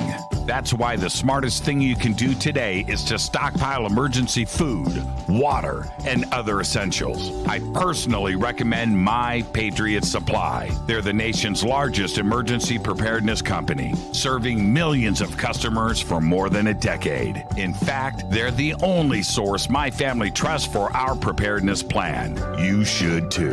Right now, save 20% off a full 4-week supply of delicious meals that provide 2,000 calories a day. Saving 20% helps too, doesn't it? Especially now. So go to preparewithjimmy.com and get ready. That's preparewithjimmy.com. There's no time to lose. Do it now. So, you love talk radio? Then you'll love TalkStreamLive.com. TalkStream Live is always on, 24/7 with the best streaming talk shows. Find your favorite talkers and discover some new ones. It's free, readily available online or on mobile with any smartphone or tablet. Finding your favorite talk shows all in one place has gotten a whole lot easier. Just go to TalkStreamLive.com. Be sure to download the free apps from Google Play or the iTunes App Store. You listen to us, and we listen to you. And so does the CIA. KGRARadio.com. You are listening to Fade to Black with Jimmy Church on the Game Changer Network. Oi, oi, I'm Reese Evans. You're listening to Jimmy Church. This is Revolution. The revolution will not be televised. The revolution is on radio. Ciao.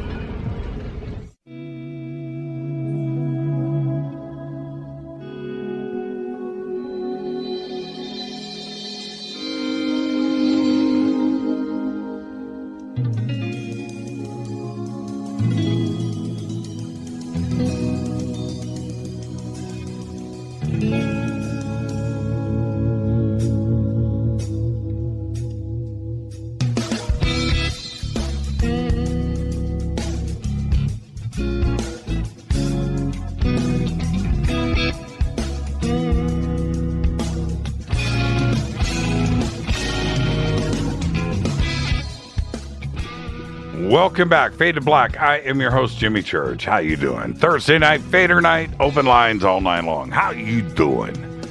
747-228-2051.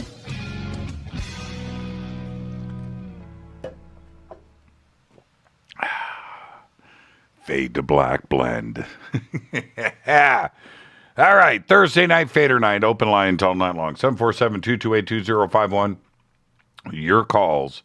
Your conversation. UFOs, time travel, supernatural, the paranormal, conspiracy, lost history, music, pop culture, whatever.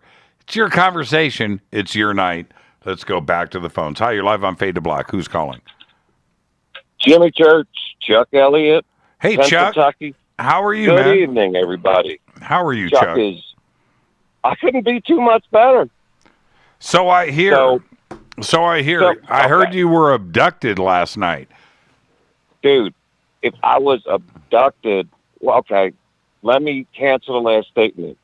If I was abducted, then things really would be good. But I know, right? I'm doing good, man. I'm doing good. But I mean, you guys don't know me, but I love to take life very serious and have a whole lot of fun doing it. Just the way that I communicate. So I'm just going to go if you don't mind, because I had quite an astounding evening last night. Well, tell me about it. What happened? Already, ready. I've been sensing something with my consciousness. Obviously, Fade to Black, Faders have a lot to do with that. Big shout out to the Bledsoes. I haven't talked with them, but just all your interviews with them, and I've dug up everything that I can find. Anyway, I was always, and I've heard you say this my whole life, I'm like, I'm a nut and bolt ET guy. They're going to land wherever, and I'm going to look at everybody and go, told you. So anyway, last 2 weeks or so, really been feeling something, and I am going to be completely serious from this point on. And I was, had a couple Twitter conversations during the show, as we all do, and couldn't sleep. Something just could not sleep. And it sounds too classic, but that's because everybody who's said this is not lying to you. Something was like, hey, man, Chuck, just go outside on that deck and chill out. It is a beautiful night. And it was last night. And when I'm on the deck, what am I doing? Looking up. See all the stars. And I'm like, whoa, that was a cool little, like, shooting star or something, but it didn't really move a whole lot. And so I just looked at it. I looked at it. And I'm like, why is this star? And again, I'm not saying there was an orb 20 feet from me. I'm being as honest as I can. I'm looking at one of the, stars out there. Let's say there was about 20 stars in my field of vision, because what kind of gives me maybe some credit here, we are talking Pennsylvania. I don't have the darkest sky. So, a star's got to be fairly bright, right? And I probably about 20 stars in my field of vision. This one star is zigging and zagging. and I'm going, no, because before last night, I completely believe in all the great stuff that we talked about, but I have no proof of it. The only proof I've had up until last night was inside me. And I felt something come through me, like that I felt a couple other times in my life. When my grandfather passed away, and we lived very close to where he was staying in a home, and when I walked into his room, I will never forget this, I felt something go through me, and I feel it was his soul, spirit, whatever it was. It was a type of feeling, Jimmy, you will never forget. I've had that feeling 2 times with Tara's situation. We don't need to get into the details, but I'm sure we could understand how and why. But let me just tell you, one of the most powerful times was the last heart attack that finally said it's time for a transplant. So we're talking December 20, something like that. They had to put her in this like medical type of a coma while her body was trying to heal. This was after the 5th heart attack. So after the ambulance ride, and I got to go to her room and finally see her, the body was extremely cold, because that's what they had to do to allow her to heal. But when I walked into the room and I touched her, that feeling of the woman that I love, that's always so warm and beautiful, but being cold, I got that feeling that is just amazing. So fast forward now last night, and I'm standing right now on my deck because I want this to be as real for you and the faders as I can possibly make it real. And I just pray people don't think I'm nuts, but gave up on that. All right. I'm looking at this thing moving, and luckily I've got a permanent sense of humor, and I'm also scared to death. I don't scare easily. I'm extremely scared because I am truly believing this is happening, and my sense of humor said, Chuck, this is what you wanted. Come on now. And I promised you everything. I looked up there at this thing that was responding to my thoughts, and I said, if this is real, and you move side to side, and I'm moving my hand, that is a no. And if you move up and down movement, this is yes. And I began just consciously looking at it and asking questions in my head. And everything that I love, and I swear, Jimmy Church, it responded. I'm not going to cry, man. I'm so blown away, Jimmy. It was the most intense thing I've had in my life, alongside of like what I've dealt with like Kara and stuff. It was, and it is so real and so powerful. And then there was a split second, like, but this is the first few minutes in, Jimmy, and I'm really scared. I'm being honest. I was scared, and I never thought I'd ever be scared. I was the one that wanted to give E.T. a hug and go to a Slipknot concert with him. That is the kind of guy I am. This, like, I didn't see it in my physical eyes, my mind's eye. There was this, like, shoot down towards me, like I saw it, and I felt it, like the light, whoa, quicker than quick can be quick. And every bit of fear was like, it was like that pulled the fear away.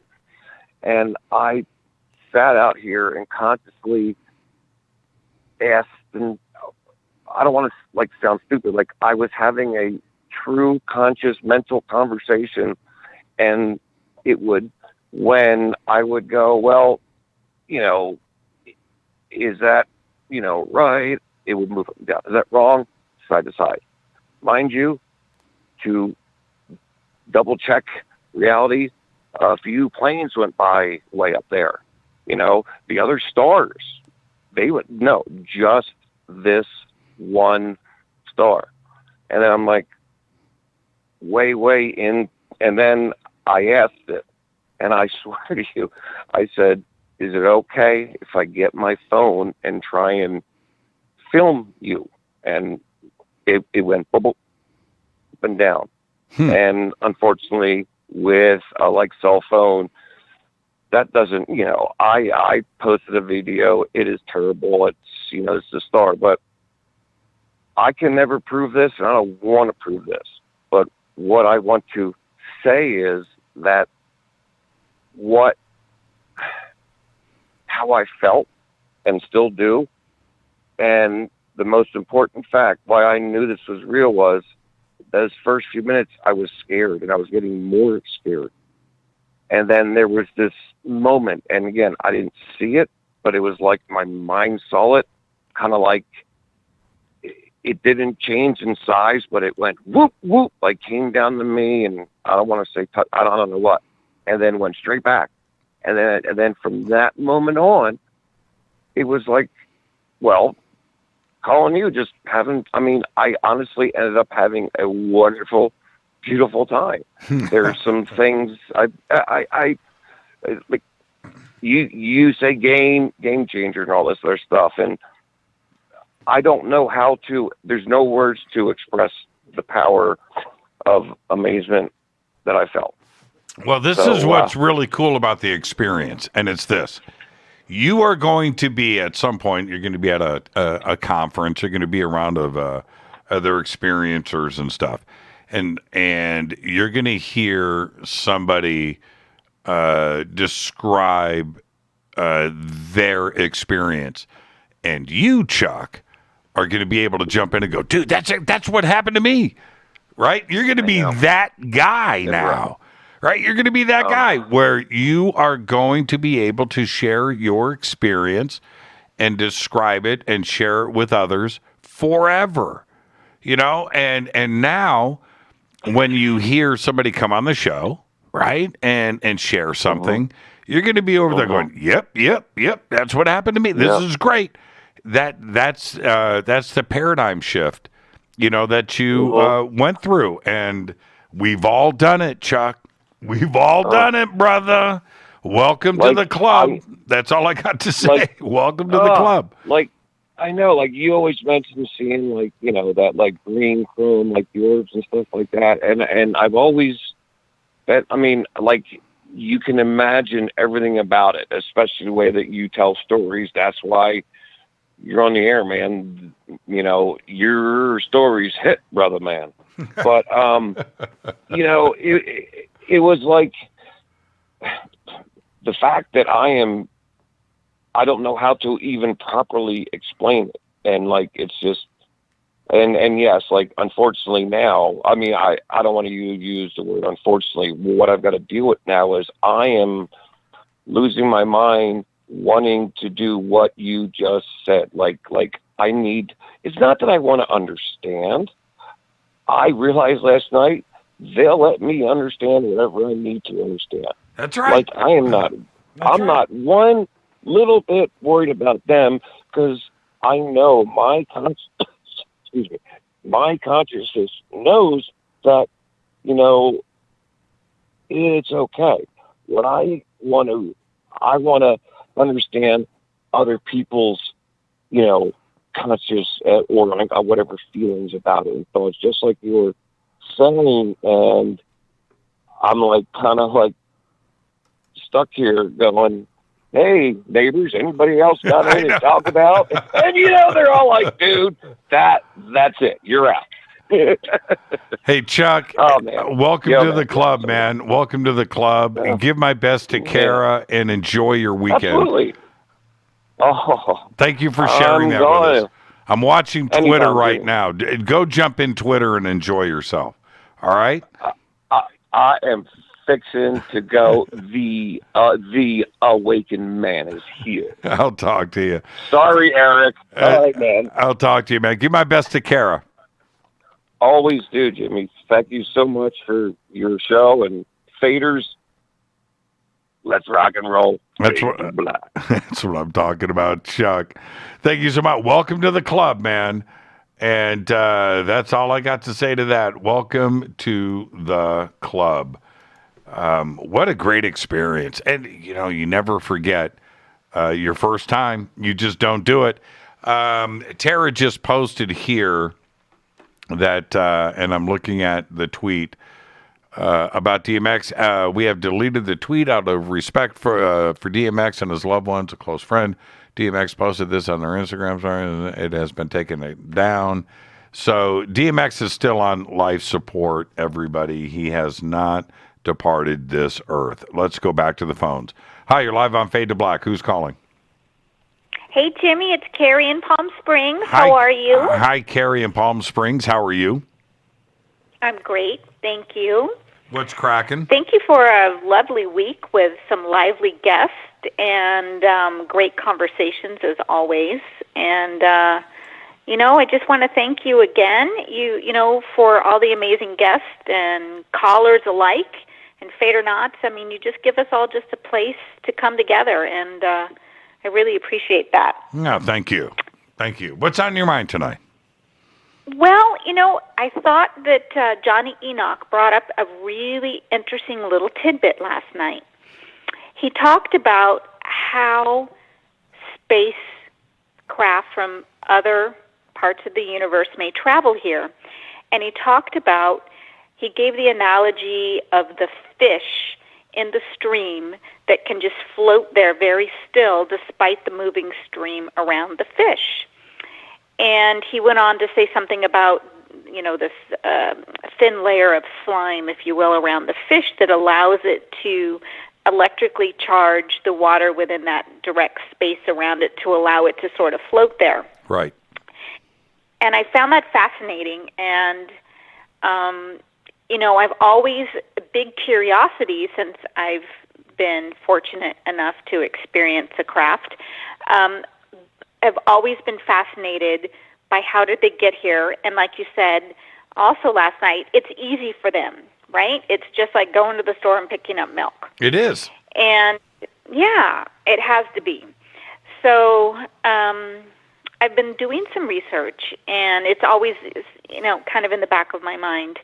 And I think Johnny Enoch's point, and I'm not sure where he derived that piece of information, really makes sense.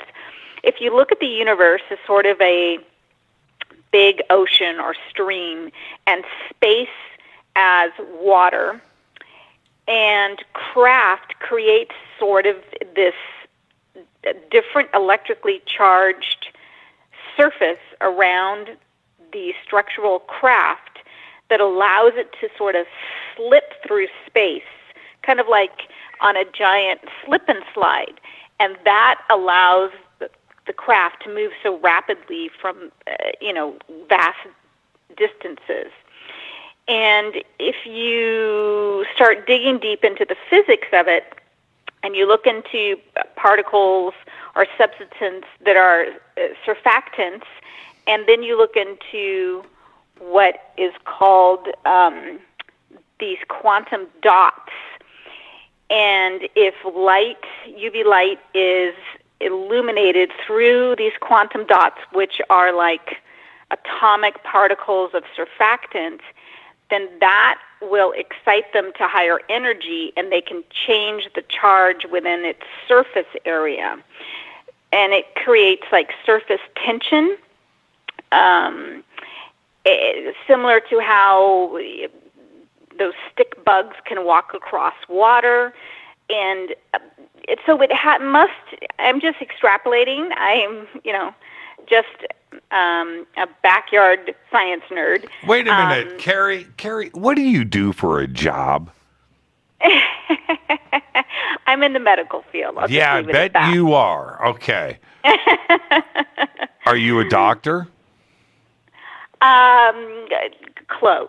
Let's just say that. Okay. So, I mean, you're very educated. I mean, and for you to think about things like this in these terms is very impressive. This is what I think. All right, my opinion means diddly squat, but this is what I think. You know how you walk into a store that's got an automated door in front of you, right? It says enter. Mm-hmm. And you walk, and now you're outside, but you take one step and then you're inside, right? How long does that take? A half a second? A second? Mm-hmm. That's what ET is doing. Right. I don't think in some regards, I think their ships are moving that far. That's it. They are at their star system. They're 100 light years away. They're 1,000 light years away. They're 10,000 light years away. And their ship is sitting right there outside of their planet. They're looking out the window. They're looking at their planet, right? Okay? Yes. And then the ship literally moves forward and stops. It's now gone through the door. That's how easy it is. Now they've gone through the door. The enter door slides shut, and they're looking at Earth. That's what I think. I don't think that the ships are moving. I can't explain any of that. Right. But it's got to be that easy. Nobody is traveling for 10,000 years at the speed of light. That's not how it's getting done. That's hard. No, it has to be much faster than the speed of light. Right. And I don't know how it's being done. These, if you go back and you listen to the fantastical diatribes of Bob Lazar. Well, the antimatter drive with the gravity and the three things, and the gravity is in front and it's being removed. And the ships are just falling. They're falling. They're tumbling through gravity. Dude, stop with that. Stop. That may be how you're getting around your planet, how you're driving from LA to New York, but you're not going across the universe like that. It would take you forever. it has to be something simple. So simple, it is beyond anything that we can imagine. Literally traveling, the ship is moving a few feet, right? That's it. And think about this, because it would have to traverse asteroids, radiation belts, etc. So once again, it would have to navigate through debris, physical structures, That's and debris, and do you know what? Different gravitational poles. A little micro asteroid, right? The size of a pea at the speed of light, right? And you're just blasting through space and you hit that. Forget it. It's over. That's supernova. End of your trip. Yeah, that's a supernova explosion. And so, I've heard all kinds of theories. Well, you're going to have radar, and you're going to be blasting that out in front of the ship, and you're going to have laser beams that are going to blast any debris that's in front of you. And that's difficult. That's tough. No. Now, there's... And I think... I just... Let me jump in and say this, though. Mm-hmm. There was one thing that... Avi Loeb points out in his new book, and it's fascinating, that space itself is empty, that in order to create rocks and debris and asteroids, all of that stuff is localized, but a star would have to blast out so much debris outside of its gravitational field and get it out interstellar, right? But the odds of encountering any of that, it's not there. Space is too big and too empty. So in a general sense, you're not ever going to encounter anything. But in the event that you do, and you're traveling for 10,000 light years at the speed of light in one direction, you're going to drive through some kind of debris field. It's like driving through, you may be driving on the freeway for a couple of hours and not encounter a bug on your windshield, but then all of a sudden you drive through a cloud of locust, right? And your windshield's covered. And that would happen in space, and you would be blown to bits. So it's got to be something simple to avoid everything that you're talking about. You would avoid all the radiation. Perhaps when they reach Earth's atmosphere, then they have to switch to different technology to enter our atmosphere at a slower rate. Well, and how many times have we tried to land stuff on Mars and it's crashed, or the moon and it's crashed, right? Well, yeah, E.T. gets here and he's experiencing our atmosphere. Whoa, right? Yes, of course. Roswell. Well, I got to head to a break here. Carrie, all right, Jimmy. Have a good weekend. You are the absolute best. You're the best. Fade to black. Fade to black. Thank you, Carrie. Enjoy your weekend. And Carrie from Palm Springs. See, I knew. She's been to school. This is Fade to Black. I'll be right back.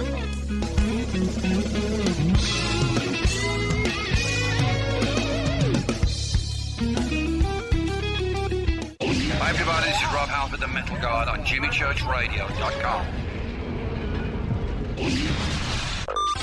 This is KGRA Digital Broadcasting Station, Salt Lake City, Utah, Van Buren, Arkansas.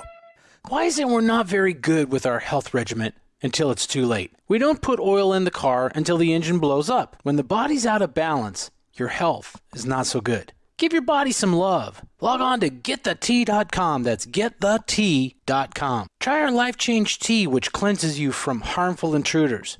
A clean colon is one of the ways to bring the body in balance. We also carry organic supplements to help you get where you need to go. So do your body a favor. Log on to getthetih.com. That's getthetih.com. You can even visit our sales page to save some dough. Does anybody call money dough anymore? Anyway, if you're looking for short, helpful health tips, go to YouTube and punch in Health Matters Now. That's Health Matters Now. So, log on to wtih.com, shop, get balanced, then learn some cool tips at Health Matters Now. You'll be glad you did. That's wtih.com. Your contact for current news and trending topics. KGRAradio.com. This is Jimmy Church of Fade to Black, and I only drink Fade to Black blend coffee from Rivermoon. Just click on the Rivermoon Coffee banner at jimmychurchradio.com. Promo code F2B Blend. This is the only way forward. This is Fade to Black. Make contact. KGRAradio.com.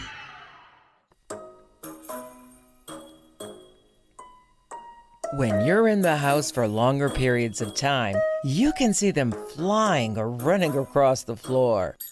Ooh, yuck. They're unhealthy, gross, and disgusting. Bugs. I loathe bugs. We keep a clean home, but occasionally bugs show up. Well, I found something that is tougher than bugs. Orange Guard. On contact, it kills hidden bugs, including ants, roaches, and fleas. Plus, Orange Guard is a residual repellent. All of the ingredients of Orange Guard are on the FDA generally recognized as safe list. Orange Guard may be used around food, humans, and pets. It comes with a 30-day money-back guarantee. Orange Guard. Available at orangeguard.com, Whole Foods, and Ace Hardware. Gold loves chaos, uncertainty, and disarray. History shows us what gold does when people aren't sure about the government, the stock market, their jobs, or their retirement savings. Our national debt is skyrocketing. Gold and other precious metals are a defense measure against inflation and a stock market that might take years to recover. So what can you do right now to protect yourself? Call United Gold Group. We offer gold and other precious metals delivered securely within 72 hours. Are you worried about the stock market? We can also help you set up a real gold or silver IRA or a 401k. Safe and secure. United Gold Group makes gold ownership affordable. Call now and get up to $2,500 in free gold or silver with a qualified IRA. Call 800-753-8534. That's 800-753-8534 or visit unitedgoldgroup.com.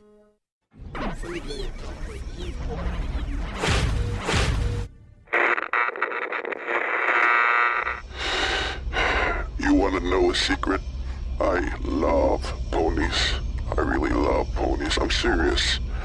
I couldn't stay sane without ponies to brush. Why Fade to Black? Because you never got that pony, damn it. This is Fade to Black with Jimmy Church on the Game Changer Radio Network and KGRA, the Global Radio Alliance.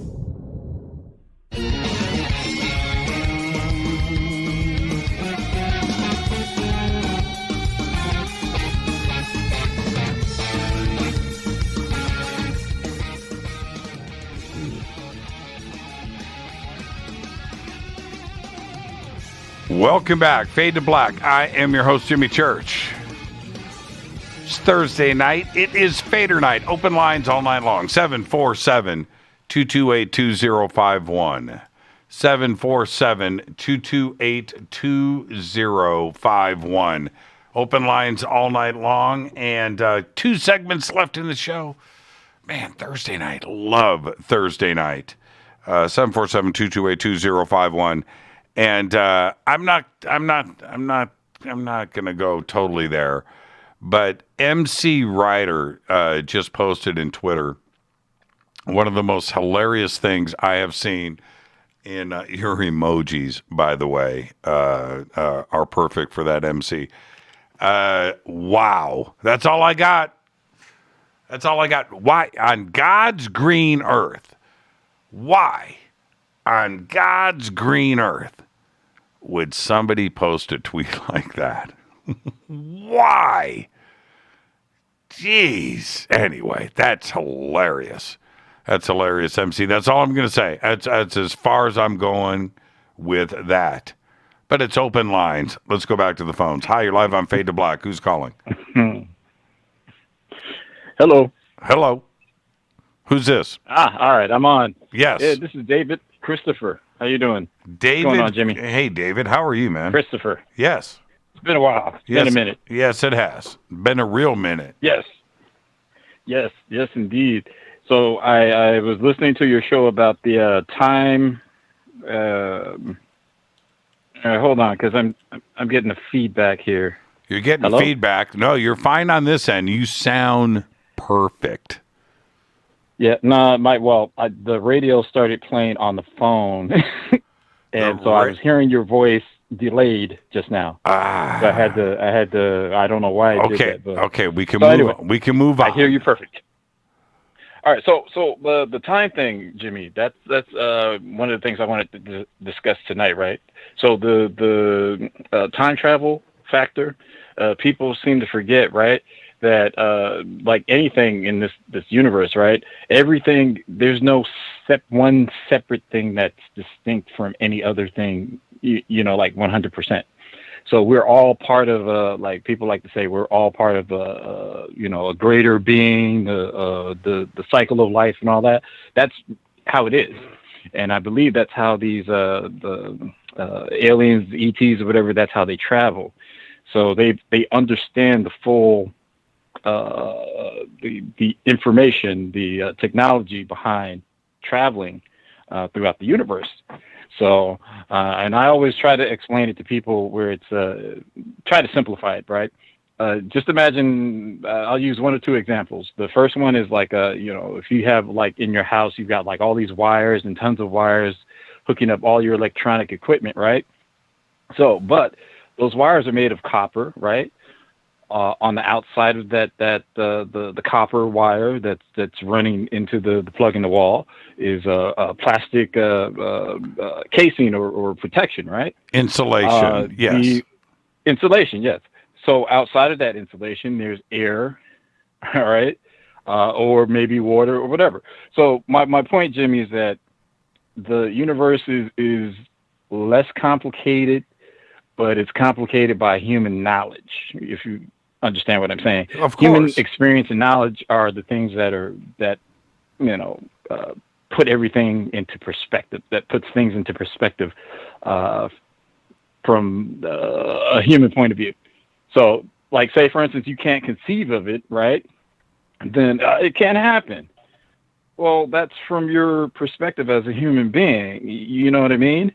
I mean, it's insane to me how people think sometimes. But then again, that's just me.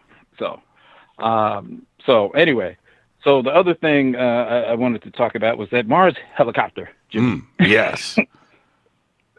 So they've had like 45 days to fly around with it and check out what's out there. Well, they're going to have 30 days. You know what I mean?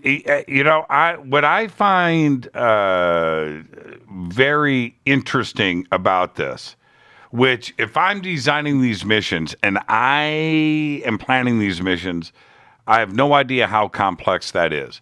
But they've got a helicopter on Mars and are able to take advantage of it. And they are only, from what I understand, from what I've read from the mission planners, they're only going to do 30 days with it, with Ingenuity.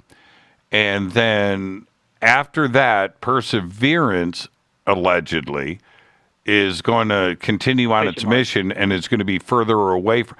Why isn't Ingenuity just going along with Perseverance as it goes through and then have this drone, this helicopter, assist Perseverance in its journey? Why is it only... Perseverance is going to be up there for years, and we only get 30 days of Ingenuity? Is it so at that point? No, there's more to it, Jimmy. It's more to it. It's they're using the helicopter. They're checking out whatever sites are out there. They've already seen what they need to see. Yes, and of now, course. but David, you're right. Yeah. Okay, I mean that only makes sense. But why are they trying to sell us on this other alternate reality? That 30 days of ingenuity, and that's it. Perseverance is going to continue on doing their thing. I don't know. You know what, Jimmy? I got tired of trying to answer the questions about what's going on because it's like no answers. Years and years. I mean, after the stuff that I've seen, like the orbs and the spheres, and especially out here in California on the 5 freeway a couple of years ago. And if I hadn't seen it with my own eyes, I would have been like, maybe. But I've seen a lot of stuff with my own eyes, and I am a retired military, so it's like this. It's like, all right, that's not a plane, man. I can tell you that for a fact. And not only that, the powers of observation, and not trying to toot my own horn, but like, say for instance, what was this show I was watching? You were talking about Salvation, right? So in that TV series, TV series Salvation, there's an individual who kind of like the professor. That's who it was. So in the middle of the series, there's a professor who's a traitor. Yes, he's working with the Russians in order to get the. So now the young kid who is, I don't know how he turned into a a super agent or whatever for that moment. Yep. He winds up shooting the professor, right? Right. So now, Jimmy, automatically my mind goes to, the dude's not dead. So, because they didn't show the body, so you're going to see him again. That's automatically where my mind went to, right? And sure enough, 2 episodes later, guess what? He's back. Now I remember that. He's chilling, right? I remember that. And that's the series where the dude that's like Elon Musk, he becomes president. Yes. Right? Yes. And exactly. Now there was no season 3 though yet. Right? Not that I've seen. Right. It's just season 1 and season 2. I just caught up with the series, Jimmy, to be honest. I mean, I just watched it, got it like a couple of days ago from Amoeba Music. Okay. So yeah. So I'm just not watching. Yeah, I got to see where it's going with season 3. So I hope that they do have a season 3. I'm still waiting for Orville. I haven't seen that yet, Jimmy. I gotta. I like to see it from the beginning. I don't like to watch stuff from the middle. I like like Game of Thrones. Game of Thrones. I saw like the later episodes with Ned Stark getting beheaded, and that started a whole thing. We're like, well, wait, how did he get here? All right, let me go watch all the way from the first episode all the way to that and then beyond. I thought Ned Stark I thought he got beheaded in the first episode. I could be wrong. Maybe I got the names wrong. No. Okay. A couple of episodes into the first season, and I believe it might have been the end of the first season cliffhanger. Because I think it's at the end of season 1. Okay, Game of Thrones he gets beheaded. It's so far, so long ago now. Yeah. But anyway. Oh yeah.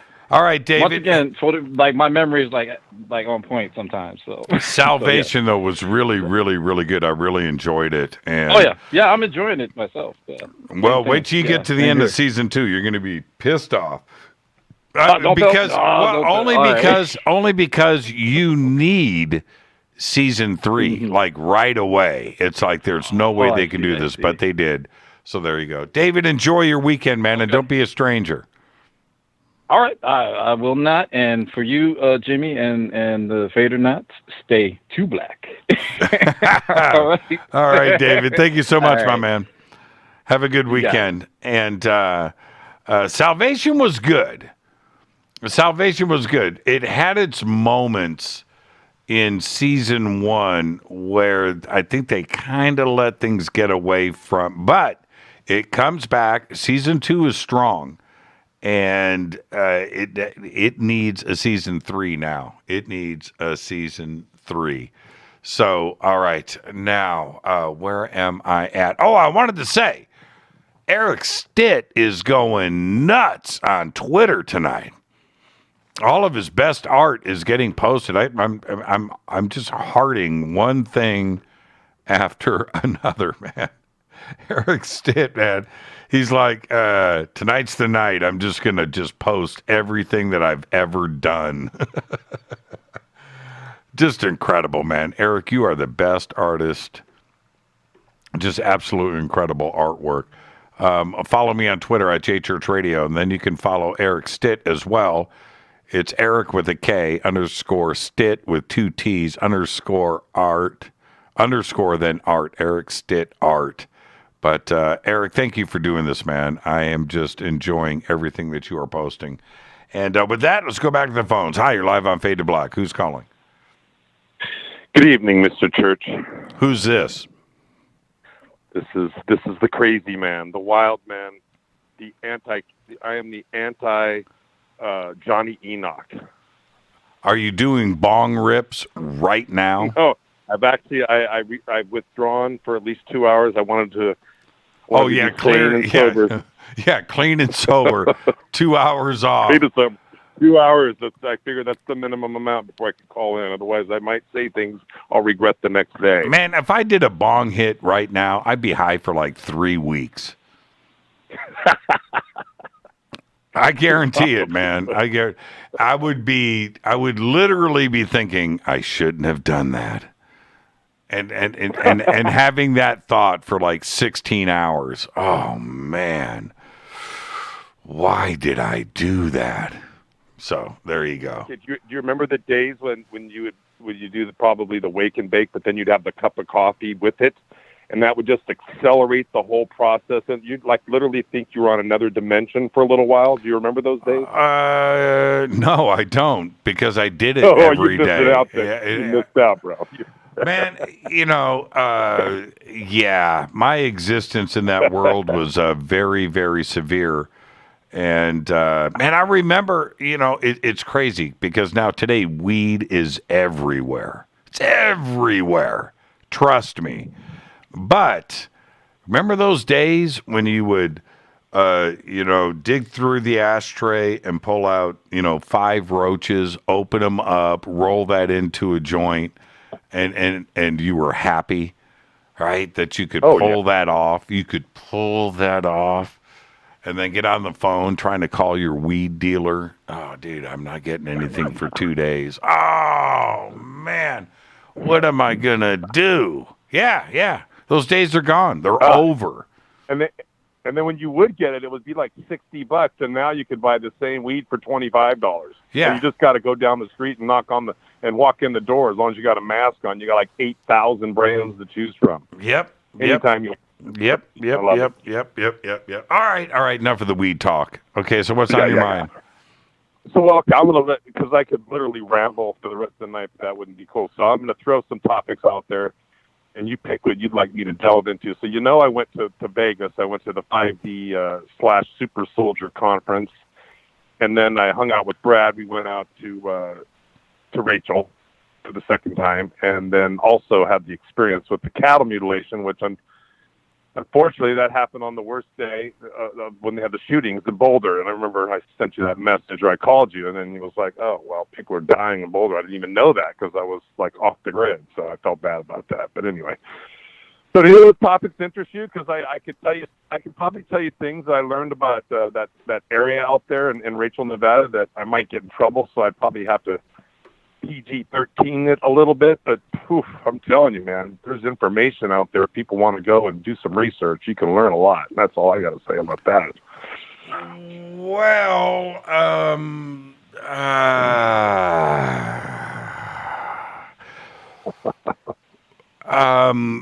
okay, so you went to this conference in Las Vegas.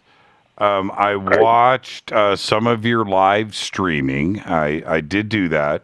It appeared to be from what I could put together, it seemed to be largely populated with the super soldier subject.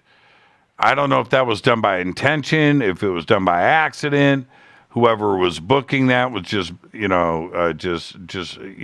didn't realize that, or maybe it was just done with intention to have a super soldier type conference. What I'm surprised about was that many people were together at one place at one time. I didn't know that there was that much of it out there. What I did notice was that, without naming names, I'm not going to do that. Don't say their names, okay? But I won't. I was watching, and that, these people are my friends, so I don't want to offend anybody. But that the host of the panels were lost. They didn't know anything about super soldiers.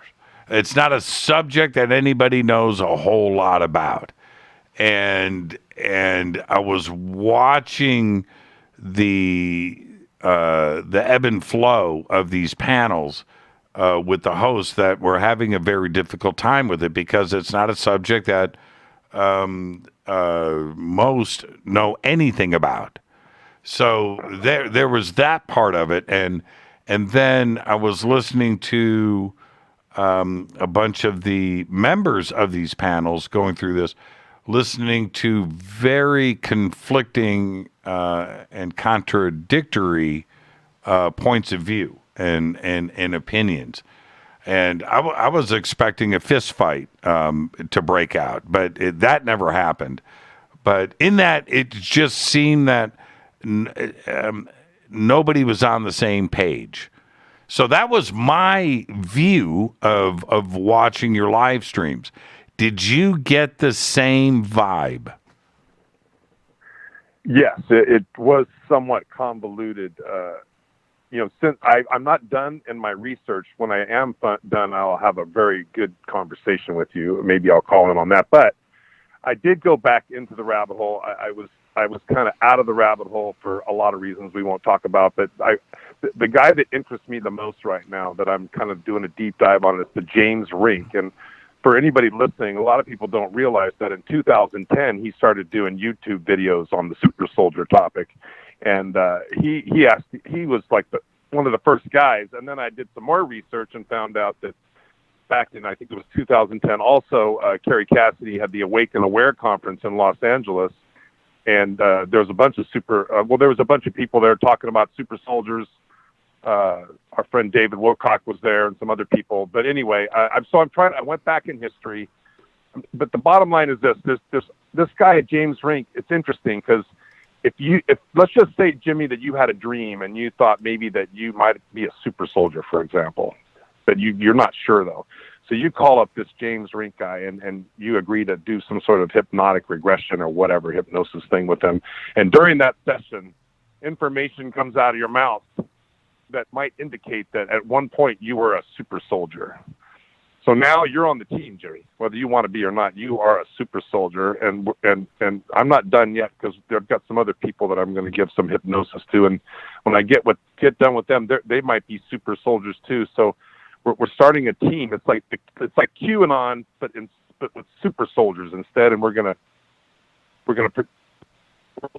with this technology, we're going to do all sorts of amazing things. But right now, our foremost concern is the Dracos and the reptilians. So I'm being sarcastic, but the narrative just goes wild. I mean, it literally goes wild. But what really makes it wild is when you got a guy there who's a nice guy, and I like the guy. I'm not going to say anything negative about the guy, but this guy Michael Jaco, who you can find him on YouTube. He's got thousands of followers. He does videos every day, and he apparently was like in the Green Berets at one time, was a CIA contractor at one time, and now he's a super soldier too. And so there's this whole new group, not really new group, but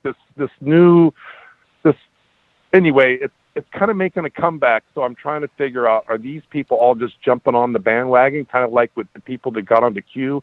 It's like, are they all just want to be on this bandwagon, or are these people actually did they really have these experiences, or were these people involved in some sort of MK Ultra program where all these ideas and memories were implanted in their brain so that they could go out and spread disinformation in the UFO community? I haven't figured it out yet, but it's interesting. Like with any of this kind of stuff, with any of these individuals, you kind of have 4 or 5 choices. Okay? That's it. Fundamental, basic choices. 1, they're telling the truth. 2, they're making it all up. They're lying straight through their teeth. 3, they're going through some kind of crazy psychosis, schizophrenia, and the reality that they think they are existing in is not real, but to them it's real. 4, it's an imaginary implant that was given to them from a control group, and they believe that it's real. And then the 5th one is it's all done for money, and it's funny to them. Ya ha ha ho ho ho. Those are your 5 choices. 5. Right? And I don't know which one it is. It could, the possibility of it being one of those is 100%. Now, the question is, where are you going to fall with this? I don't know. And look, and here's the other part. Okay? Are you ready, Eric? I'm ready. Are you ready? Physics says anything is possible. Anything can happen. It may not happen for a long time, but eventually it will. That's physics. So, this possibility of a super soldier may not have happened yet, but it could happen and probably will. It may not happen for 1,000,000 years. It may not happen for 100 years. It could happen tomorrow. Maybe it already happened.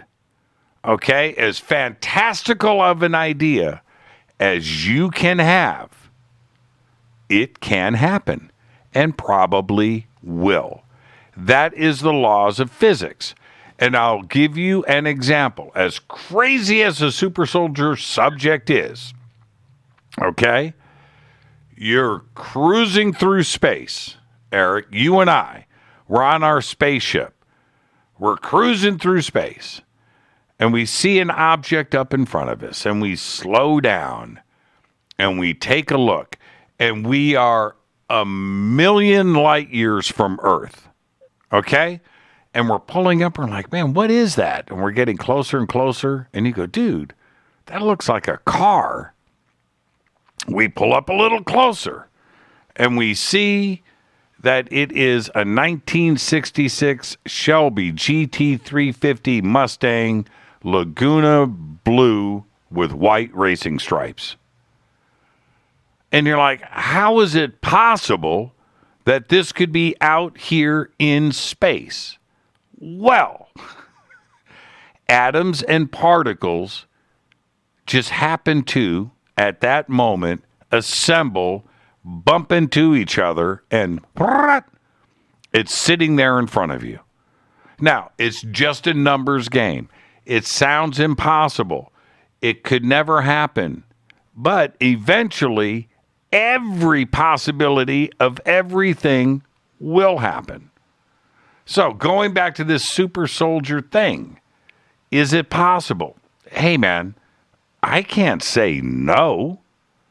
I can't do it. I can't say no, Eric. I cannot say no.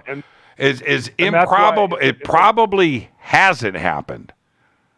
Not yet. Right? That's all. That's the only spot I'm going. Eric, I got to take a break. Stay right there. I'm going to put you on hold. All right. Only because you are awakening man. Stay right there. This is Fade to Black. I am your host, Jimmy Church. It's Thursday night. It is Fadernight. It's open lines all night long. All right? It's really that simple. Eric Awakening Man called in. I'm going to put him on hold. He's earned it. He's had my wrath. I'll be right back. Stay with us.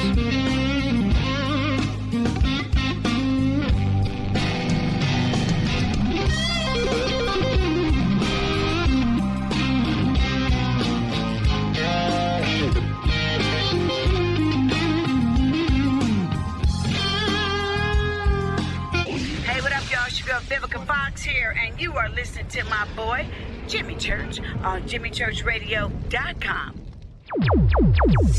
Despite popular opinion, reading a book will not make you smarter. But listening to Jimmy Church will.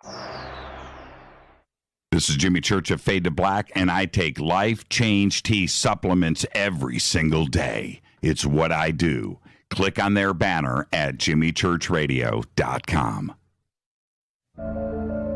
When you take the beans from Central America with dashes of Indonesian and African mixed in and then roast it to the dark side of Fade to Black, you create the ultimate brew of fringe.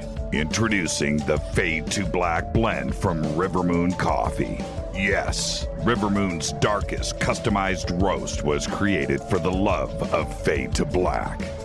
The alchemy of masterful roasting and smoking the beans is in every sip of this full-bodied, dark Java. I need my coffee dark, deep, with distinct bittersweet chocolate highlights, just like the bunker.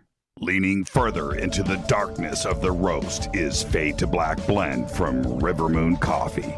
Just click on the banner at jimmychurchradio.com and use the promo code F2BBLEND for 15% off of your order today.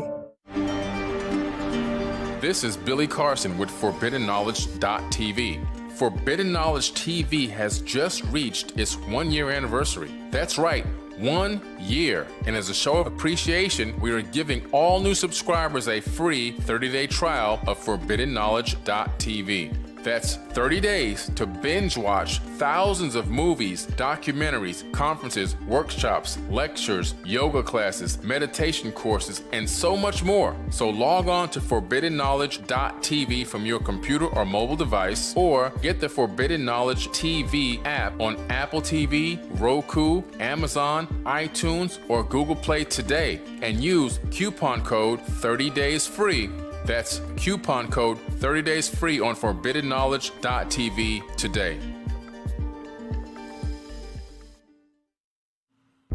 Are you intrigued by Paranormal Talk Radio? You'll love the new Paranormal Radio app from TalkStream Live. You'll find a great selection of talk shows covering UFOs, ghosts, strange phenomena, and much more. Download the Paranormal Radio app now and start listening to the very best in paranormal talk entertainment, including the network you're listening to right now, the Paranormal Radio app, free in Google Play and the iOS App Store. Erica, Brittany, Gabby, and you're listening to JimmyChurchRadio.com. It's not a lifestyle we chose. We were born this way. KGRARadio.com.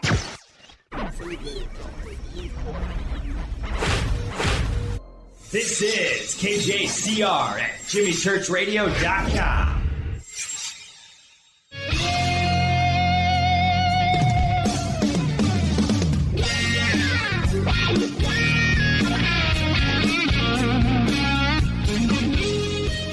Welcome back, Fade to Black. I am your host, Jimmy Church. Thursday night, Fadernight, open lines all night long. One segment left. If you're on hold, stay right there. Put Eric, Awakening Man, on hold before the break. I just didn't, I enjoy talking to Eric. And I'm enjoying this new studio. And, what's kind of funny? I'm looking at the banner back of me. You have no idea. This is how much room is in here. Watch this. Watch. 1 feet, 2 feet, 3 feet, 4 feet, 5 feet, 6 feet, 7 feet. Yeah, it's about 7, 8 feet away. That's how big this is. That's how big this studio is. So cool. And I got the same space on the other side, and the equipment, all the computers are right in the center. And man, it's so cool in here. It's great. All right, 747-228. I got too many calls on hold. 747-228-2051. That kind of stuff comes out automatically. But Eric Awakening Man called in, and I put him on hold. So let's see if he's still there. Are you still there, Eric? Absolutely. So yeah, when it comes to this super soldier idea, anything is possible. Anything. And look, I say some pretty extraordinary things that I've experienced in my life. And I hope that people listen to me with an open mind and they go, okay, well, anything is possible. Okay, all right, okay, all right. And you kind of have to look at it that way. I don't want to discount anything, but I did a deep dive into the super soldier stuff many, many years ago. And I think you and I even talked about this a little bit. And I would, that's a tough one, man. That's a tough one. It's a tough one to accept. It is. That's a tough one. You got the Apollo moon hoax, right? Right? Did we go to the moon or not? Do we have bases there that we've been building and with the secret space program? That's possible. Have we been doing stuff on Mars? It's possible. What are we going to do if Elon Musk, goes there with a crew of civilian astronauts and he's populating Mars, and we've got people cruising all over Mars in their cars and driving, and they don't find anything, right? What if they don't encounter Marines, right? What if that doesn't happen? What if it does? It could happen, and so that's taking a big gamble to allow, if we've got Marine underground bases on Mars, we're sending Elon up and he bumps into them. Isn't the cat out of the bag at that point? Isn't that a big risk? Right? No, they'll wipe his memory. He would never get back that memory. And yet, it's weird to me, and I don't think it's out of the realm of possibility that we have been going there. Anything is possible, right? In a weird way, and this whole Van Allen belt and radiation and things. About being safe out there in space and traveling to the moon. Well, if Apollo did it, we did it without the technology that we have today, so what's the big deal? I wouldn't doubt if the space shuttle has been going to the moon. Yeah. I wouldn't doubt it. Why not? I wouldn't doubt it. Back and forth, the X-37B, right? Up there orbiting Earth for 2 years at a stretch. How about that thing going to Mars and to the moon? I'm just saying, and we don't have these answers, but giving Jeff Bezos, right, and Elon Musk free reign, to go to Mars and go to the moon and do all of these things, and possibly make discoveries of stuff that's been kept secret and kept hidden, that's a big chance. It's a big chance that they're taking. So I don't know. Okay, so back over to you. All right. Okay, so I'm just going to make 2 points, and then if you want to move off the call totally, or you want to go into the Area 51 stuff, but the 2 points I want to make is when I thought, okay, you know what, I'm going to go down this rabbit hole. And if I could find any information that's worthy of looking at, I'm going to look at it, and and if it makes any sense, I'm going to share it with the people, and you included.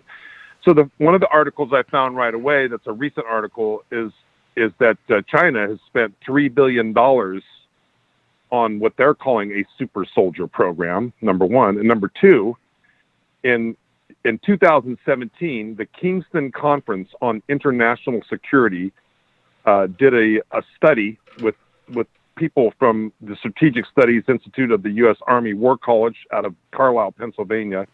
They had the meeting in Canada. It was right there, not too far from our friend Jason Quitt, by the way. And after the meeting was over, they had a 134-page report, and the headline of the report is Developing the Super Soldier, Enhancing Military Performance. It goes on and on and on. The contents very well laid out, very professional, very scientific. Capability connection, the quantified soldier resilience, moral autonomy and ethics of soldier enhancement, virtuous super soldiers. It's all there. So I'm going to send this to you, and I beg of you to take the time when you can to read this. And I would love for you to do a rant on this at some point, because I think this is really good information.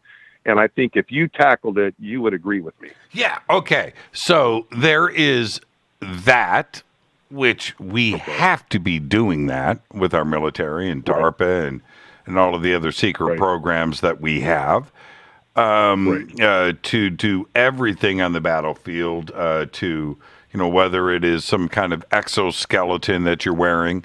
I watched a whole documentary on this new exoskeleton that you wear that allows you, those 50-pound rucksacks, right, with your ammo and your clothes and everything on the back. And as a soldier, you're carrying this and marching and walking around. And this exoskeleton allows you to carry that 50 pounds, 100 pounds, and you don't even feel it. Right? And it's just this thing that you wear on the outside, and it's pneumatic and computer operated and all of that. Well, okay, that kind of stuff has to be in constant development, and I believe that. That's one thing. It's another thing to be on Mars, right? Battling mantids. That's all. That's a big leap. All right, let me interrupt you. I got to interrupt you. And when I went down this rabbit hole, I decided that I'm going to put all that information aside. I'm not going to look at anything that says that we're going to Mars to fight mantids. I just want to know if it's possible or plausible that there are humans on Earth that are creating these soldiers. I don't need to know where they're going or what they're doing with them. I want to know if this program is even plausible. No, it's active. That's a real program. And the Russians are doing it. The Chinese are doing it. The French are doing it. the Israelis are doing it. That Great Britain is doing it. Probably Australia, it's Japan, the United States. Of course those programs are real. They have to be. Yeah. They have to be. So I don't have issues with that. All right? Now, when and if I bring a super soldier on this show, and I make that decision to do that. And I've had Randy Kramer on, I think twice. I think I even had him on Coast. And Randy's a fun guy. And I think he's a great guy. I think he's a good guy. But like anything like that, where you're going to extend your belief system to listen to somebody like Randy, and Randy specifically, or anybody else, that, if somebody's going to say that they've jumped on a starship and went to another star system and visited a planet and then came back to Earth and they want to tell their story about it. Well, look, how far are they going to take it for the audience to stay engaged? At some point, it's the campfire story with your crazy uncle.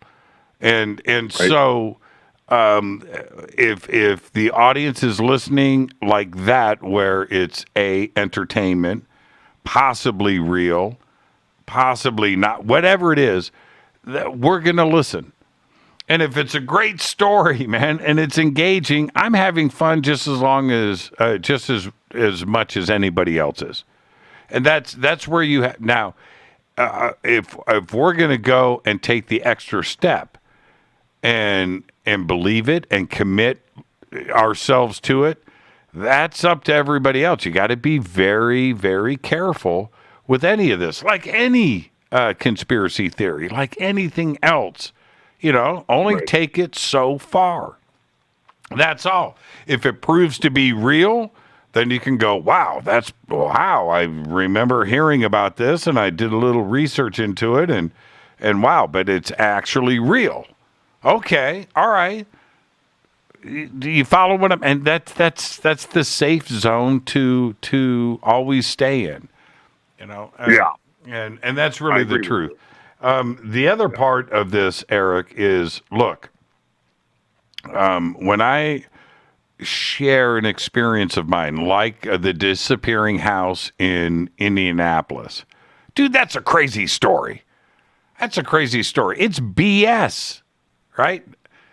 to anybody that's listening, I can only share the experience with you. That's it, right? So it doesn't matter to me if somebody believes it or not. My Zeppelin story in the air, that's a crazy story. It is. It's real to me, right? I don't have another way to put it than that. So, there you go. And so we'll see. We'll see how it pans out. We may never know the truth. I'll tell you one more quick tidbit, and then I'll jump off because I don't want to hog the whole night here.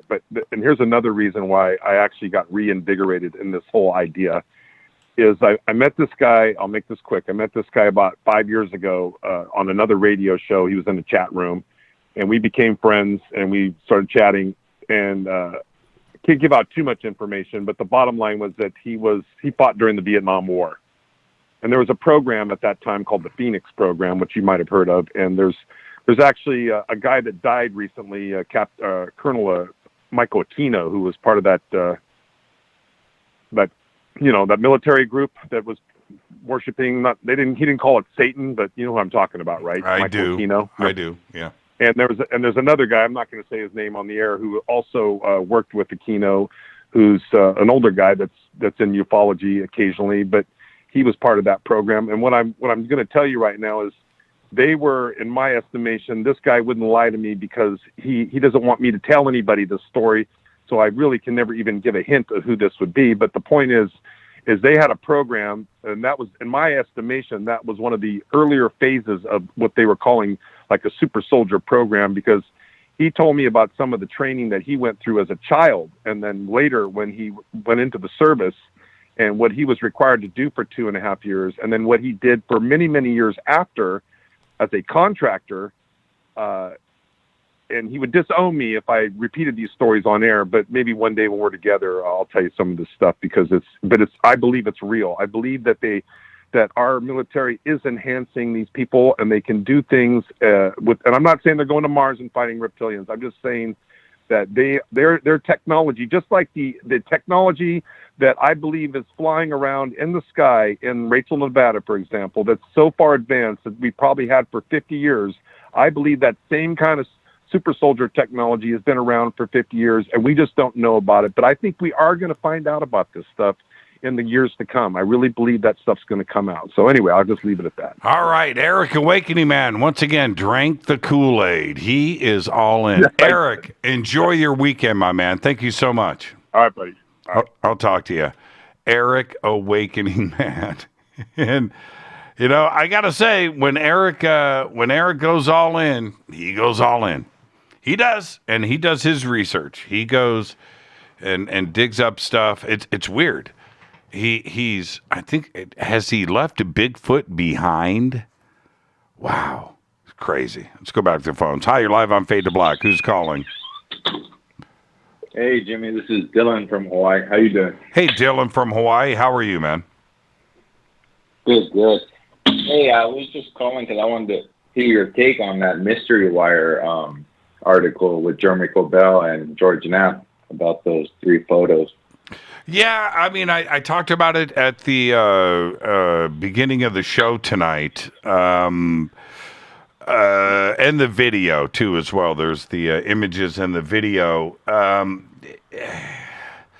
I mean, I don't have. Well, I can repeat what I said. I don't have anything more to offer than what I said earlier in the show. If you missed it, that's fine. I can repeat it. Which is this. The video, okay, if you go back and you read the original article from The Wire, right? Okay, or not The Wire, The Drive.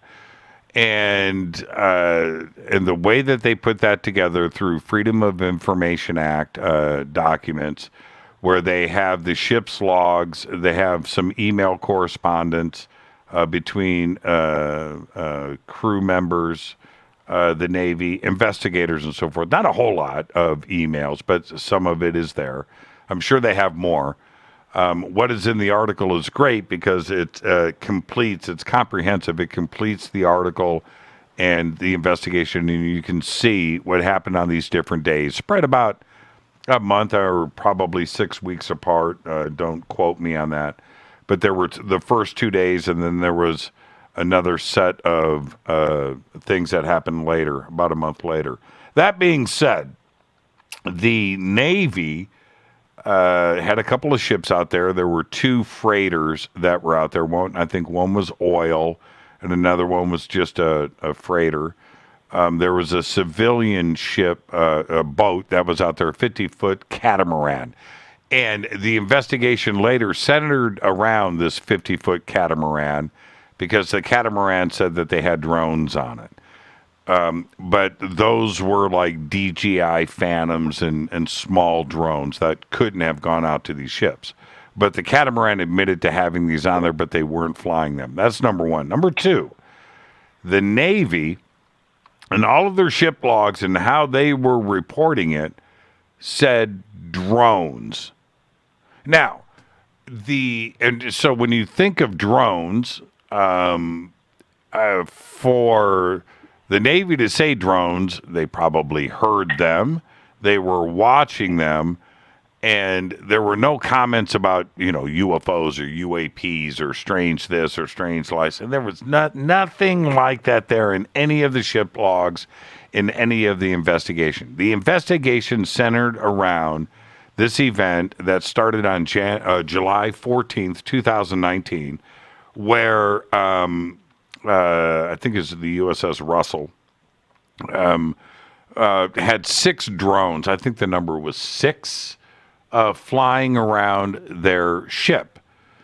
And they were trying to figure out who was flying these drones. It started at 10 p.m. at night. And so they went active, sent a bunch of crew members out on the ship to film and see what they could see. I forget what they call these. Snoopy group. And so anyway, that is that. It was drones, according to the Navy. And then you go and look at George Knapp and Jeremy Corbell's article and the headline that said, Flying Pyramids. Flying Pyramids, right? Okay. Now, yeah, I saw that video. Yeah. That's not a flying pyramid. It's a drone. And when you look at the flashing aircraft lights on it, right? It's just like, dude, since when is a flying pyramid from Zeta Reticuli visiting planet Earth using FAA aircraft lights? Right? It's like, how convenient. Thank you, E.T., letting us know that you're in our airspace by flashing aircraft lights at us. So just from the video itself, that video is showing a drone. It's not a flying pyramid. It's so misleading. And for George Knapp, who is a leading researcher and media personality here in the UFO community, has been for years. And I have great respect for him to do that when the bigger story, right in front of him is drones around the Navy, and the Navy doesn't know what's going on. You know what? That's a big story. Stick with that. There's no reason. There's no reason to go UFO or ET when it's not UFO or ET. It's just drones, right? But well, the 3 photos. At first, I was hearing that it was a Batman Mylar balloon, and then now that was the first narrative on those 3 photos. Right. And then we come to now where they released that, where it doesn't look anything like a Mylar balloon. It looks like a blimp, and then they have an acorn. And they have the other name for it. It slipped in my mind right now. But that's where it gets a little weird, where they're trying to pin a narrative of this Mylar balloon, this Reddit community, and then we come to find out it's not that. It's trained F-18 Air Force pilot circling this thing, and there's no explanation for it. And it's just interesting how they try to frame things in the beginning. And continually see things change. Very misleading. And Corbell is suggesting that, this is leaked stuff from the UAP Task Force report, and he's got his insiders, and they've leaked this to him, and this is the stuff that the Senate is going to be presented with. And if this is the best that the Navy's got to offer, which is drones, right? Just drones, military-grade drones made on planet Earth, this UAP Task Force report is going to be worthless. It's not going to have anything to do with UFOs or ET or visitations from, another star system. It's going to be about drones and stuff that's terrestrial, if this is what they're going to show. The other thing, Knapp posted what he's calling the blimp, right? And and I think it's Mandalorian. I think it's the Mando. I think it's the Mando. I think it's Mandalorian, man. I think it's the Mando coming in. But I don't know. I don't know what's in these images. That Mandalorian shot, the blimp shot, is certainly very interesting. I don't know what it is. Hopefully we'll find out. But the video, that's drones. It's drones. It's drones. It's not anything. ET is not. And this is the thing. And we're at the end of the show, Dylan. I'm going to just say this really quick. The video, if we are to believe what is in the report, and that is accurate, that was 700 feet in altitude. All right, so you look at the video, and if that's 700 feet away, and you can see the clouds, if that's 700 feet away, that's just that's 5 feet across, 4 feet. It's not a flying pyramid. It's a little drone with a flashing light on it, with aircraft lights. That's all it is. It's tiny. It's not 50 feet. It's not a 50-foot triangle. It's not the TR-3B, or it's a baby version of the TR-3B. But it's my guesstimation at this point that those are propeller-driven battery drones. Big, military-grade, but that's what they were. That's not ET anti-gravity flying pyramids. That's what it is not. The only thing on the blimp in that so-called aircorn, it was stationary in high winds, and supposedly the F-18 wanted to capture this drone. And you think, like, we have the top military fleet in the world, we should be able to capture a drone, and we weren't able to. So it just begs to think, like, hey, something's going on, and we got to pay attention to it. Yep. And we're, hopefully we're going to find out, and we'll see if this is part of the report, and we'll see how the Senate reacts to it. But as far as the USS Russell goes, and that night vision video, that's just it's just a drone. It's just a drone. I can't explain. I don't know what's in that blimp photograph. I don't know. It's interesting. It's a great catch, but we're going to get to the bottom of it. I don't see ET there. I don't see. Oh, yeah. No. That's no, you're right. If that's the best we got, then we're not going to be expected much with the report coming. Dylan, be safe out there in Hawaii, man. Thank you so much for the phone call. Take care. That's what I'm talking about. Dylan in Hawaii.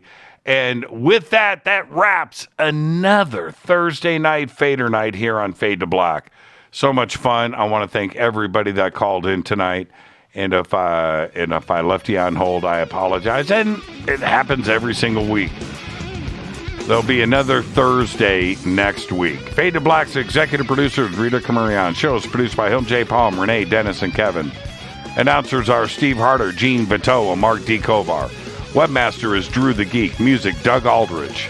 Intro, Spaceboy, spaceboymusic.com. Fade to Black is produced by KJCR for the Game Changer Network, and syndication is KGRA, The Planet. This broadcast is owned and copyrighted 2021 by Fade to Black and the Game Changer Network, Inc. It cannot be recopied, broadcast, downloaded, or used anywhere in the known universe without written permission from Fade to Black or the Game Changer Network. I'm your host, Jimmy Church. I want everybody to have a great, safe, fun weekend. I got to decorate this studio. But I will see you on Monday. Until then, be safe. It's time to fade to black.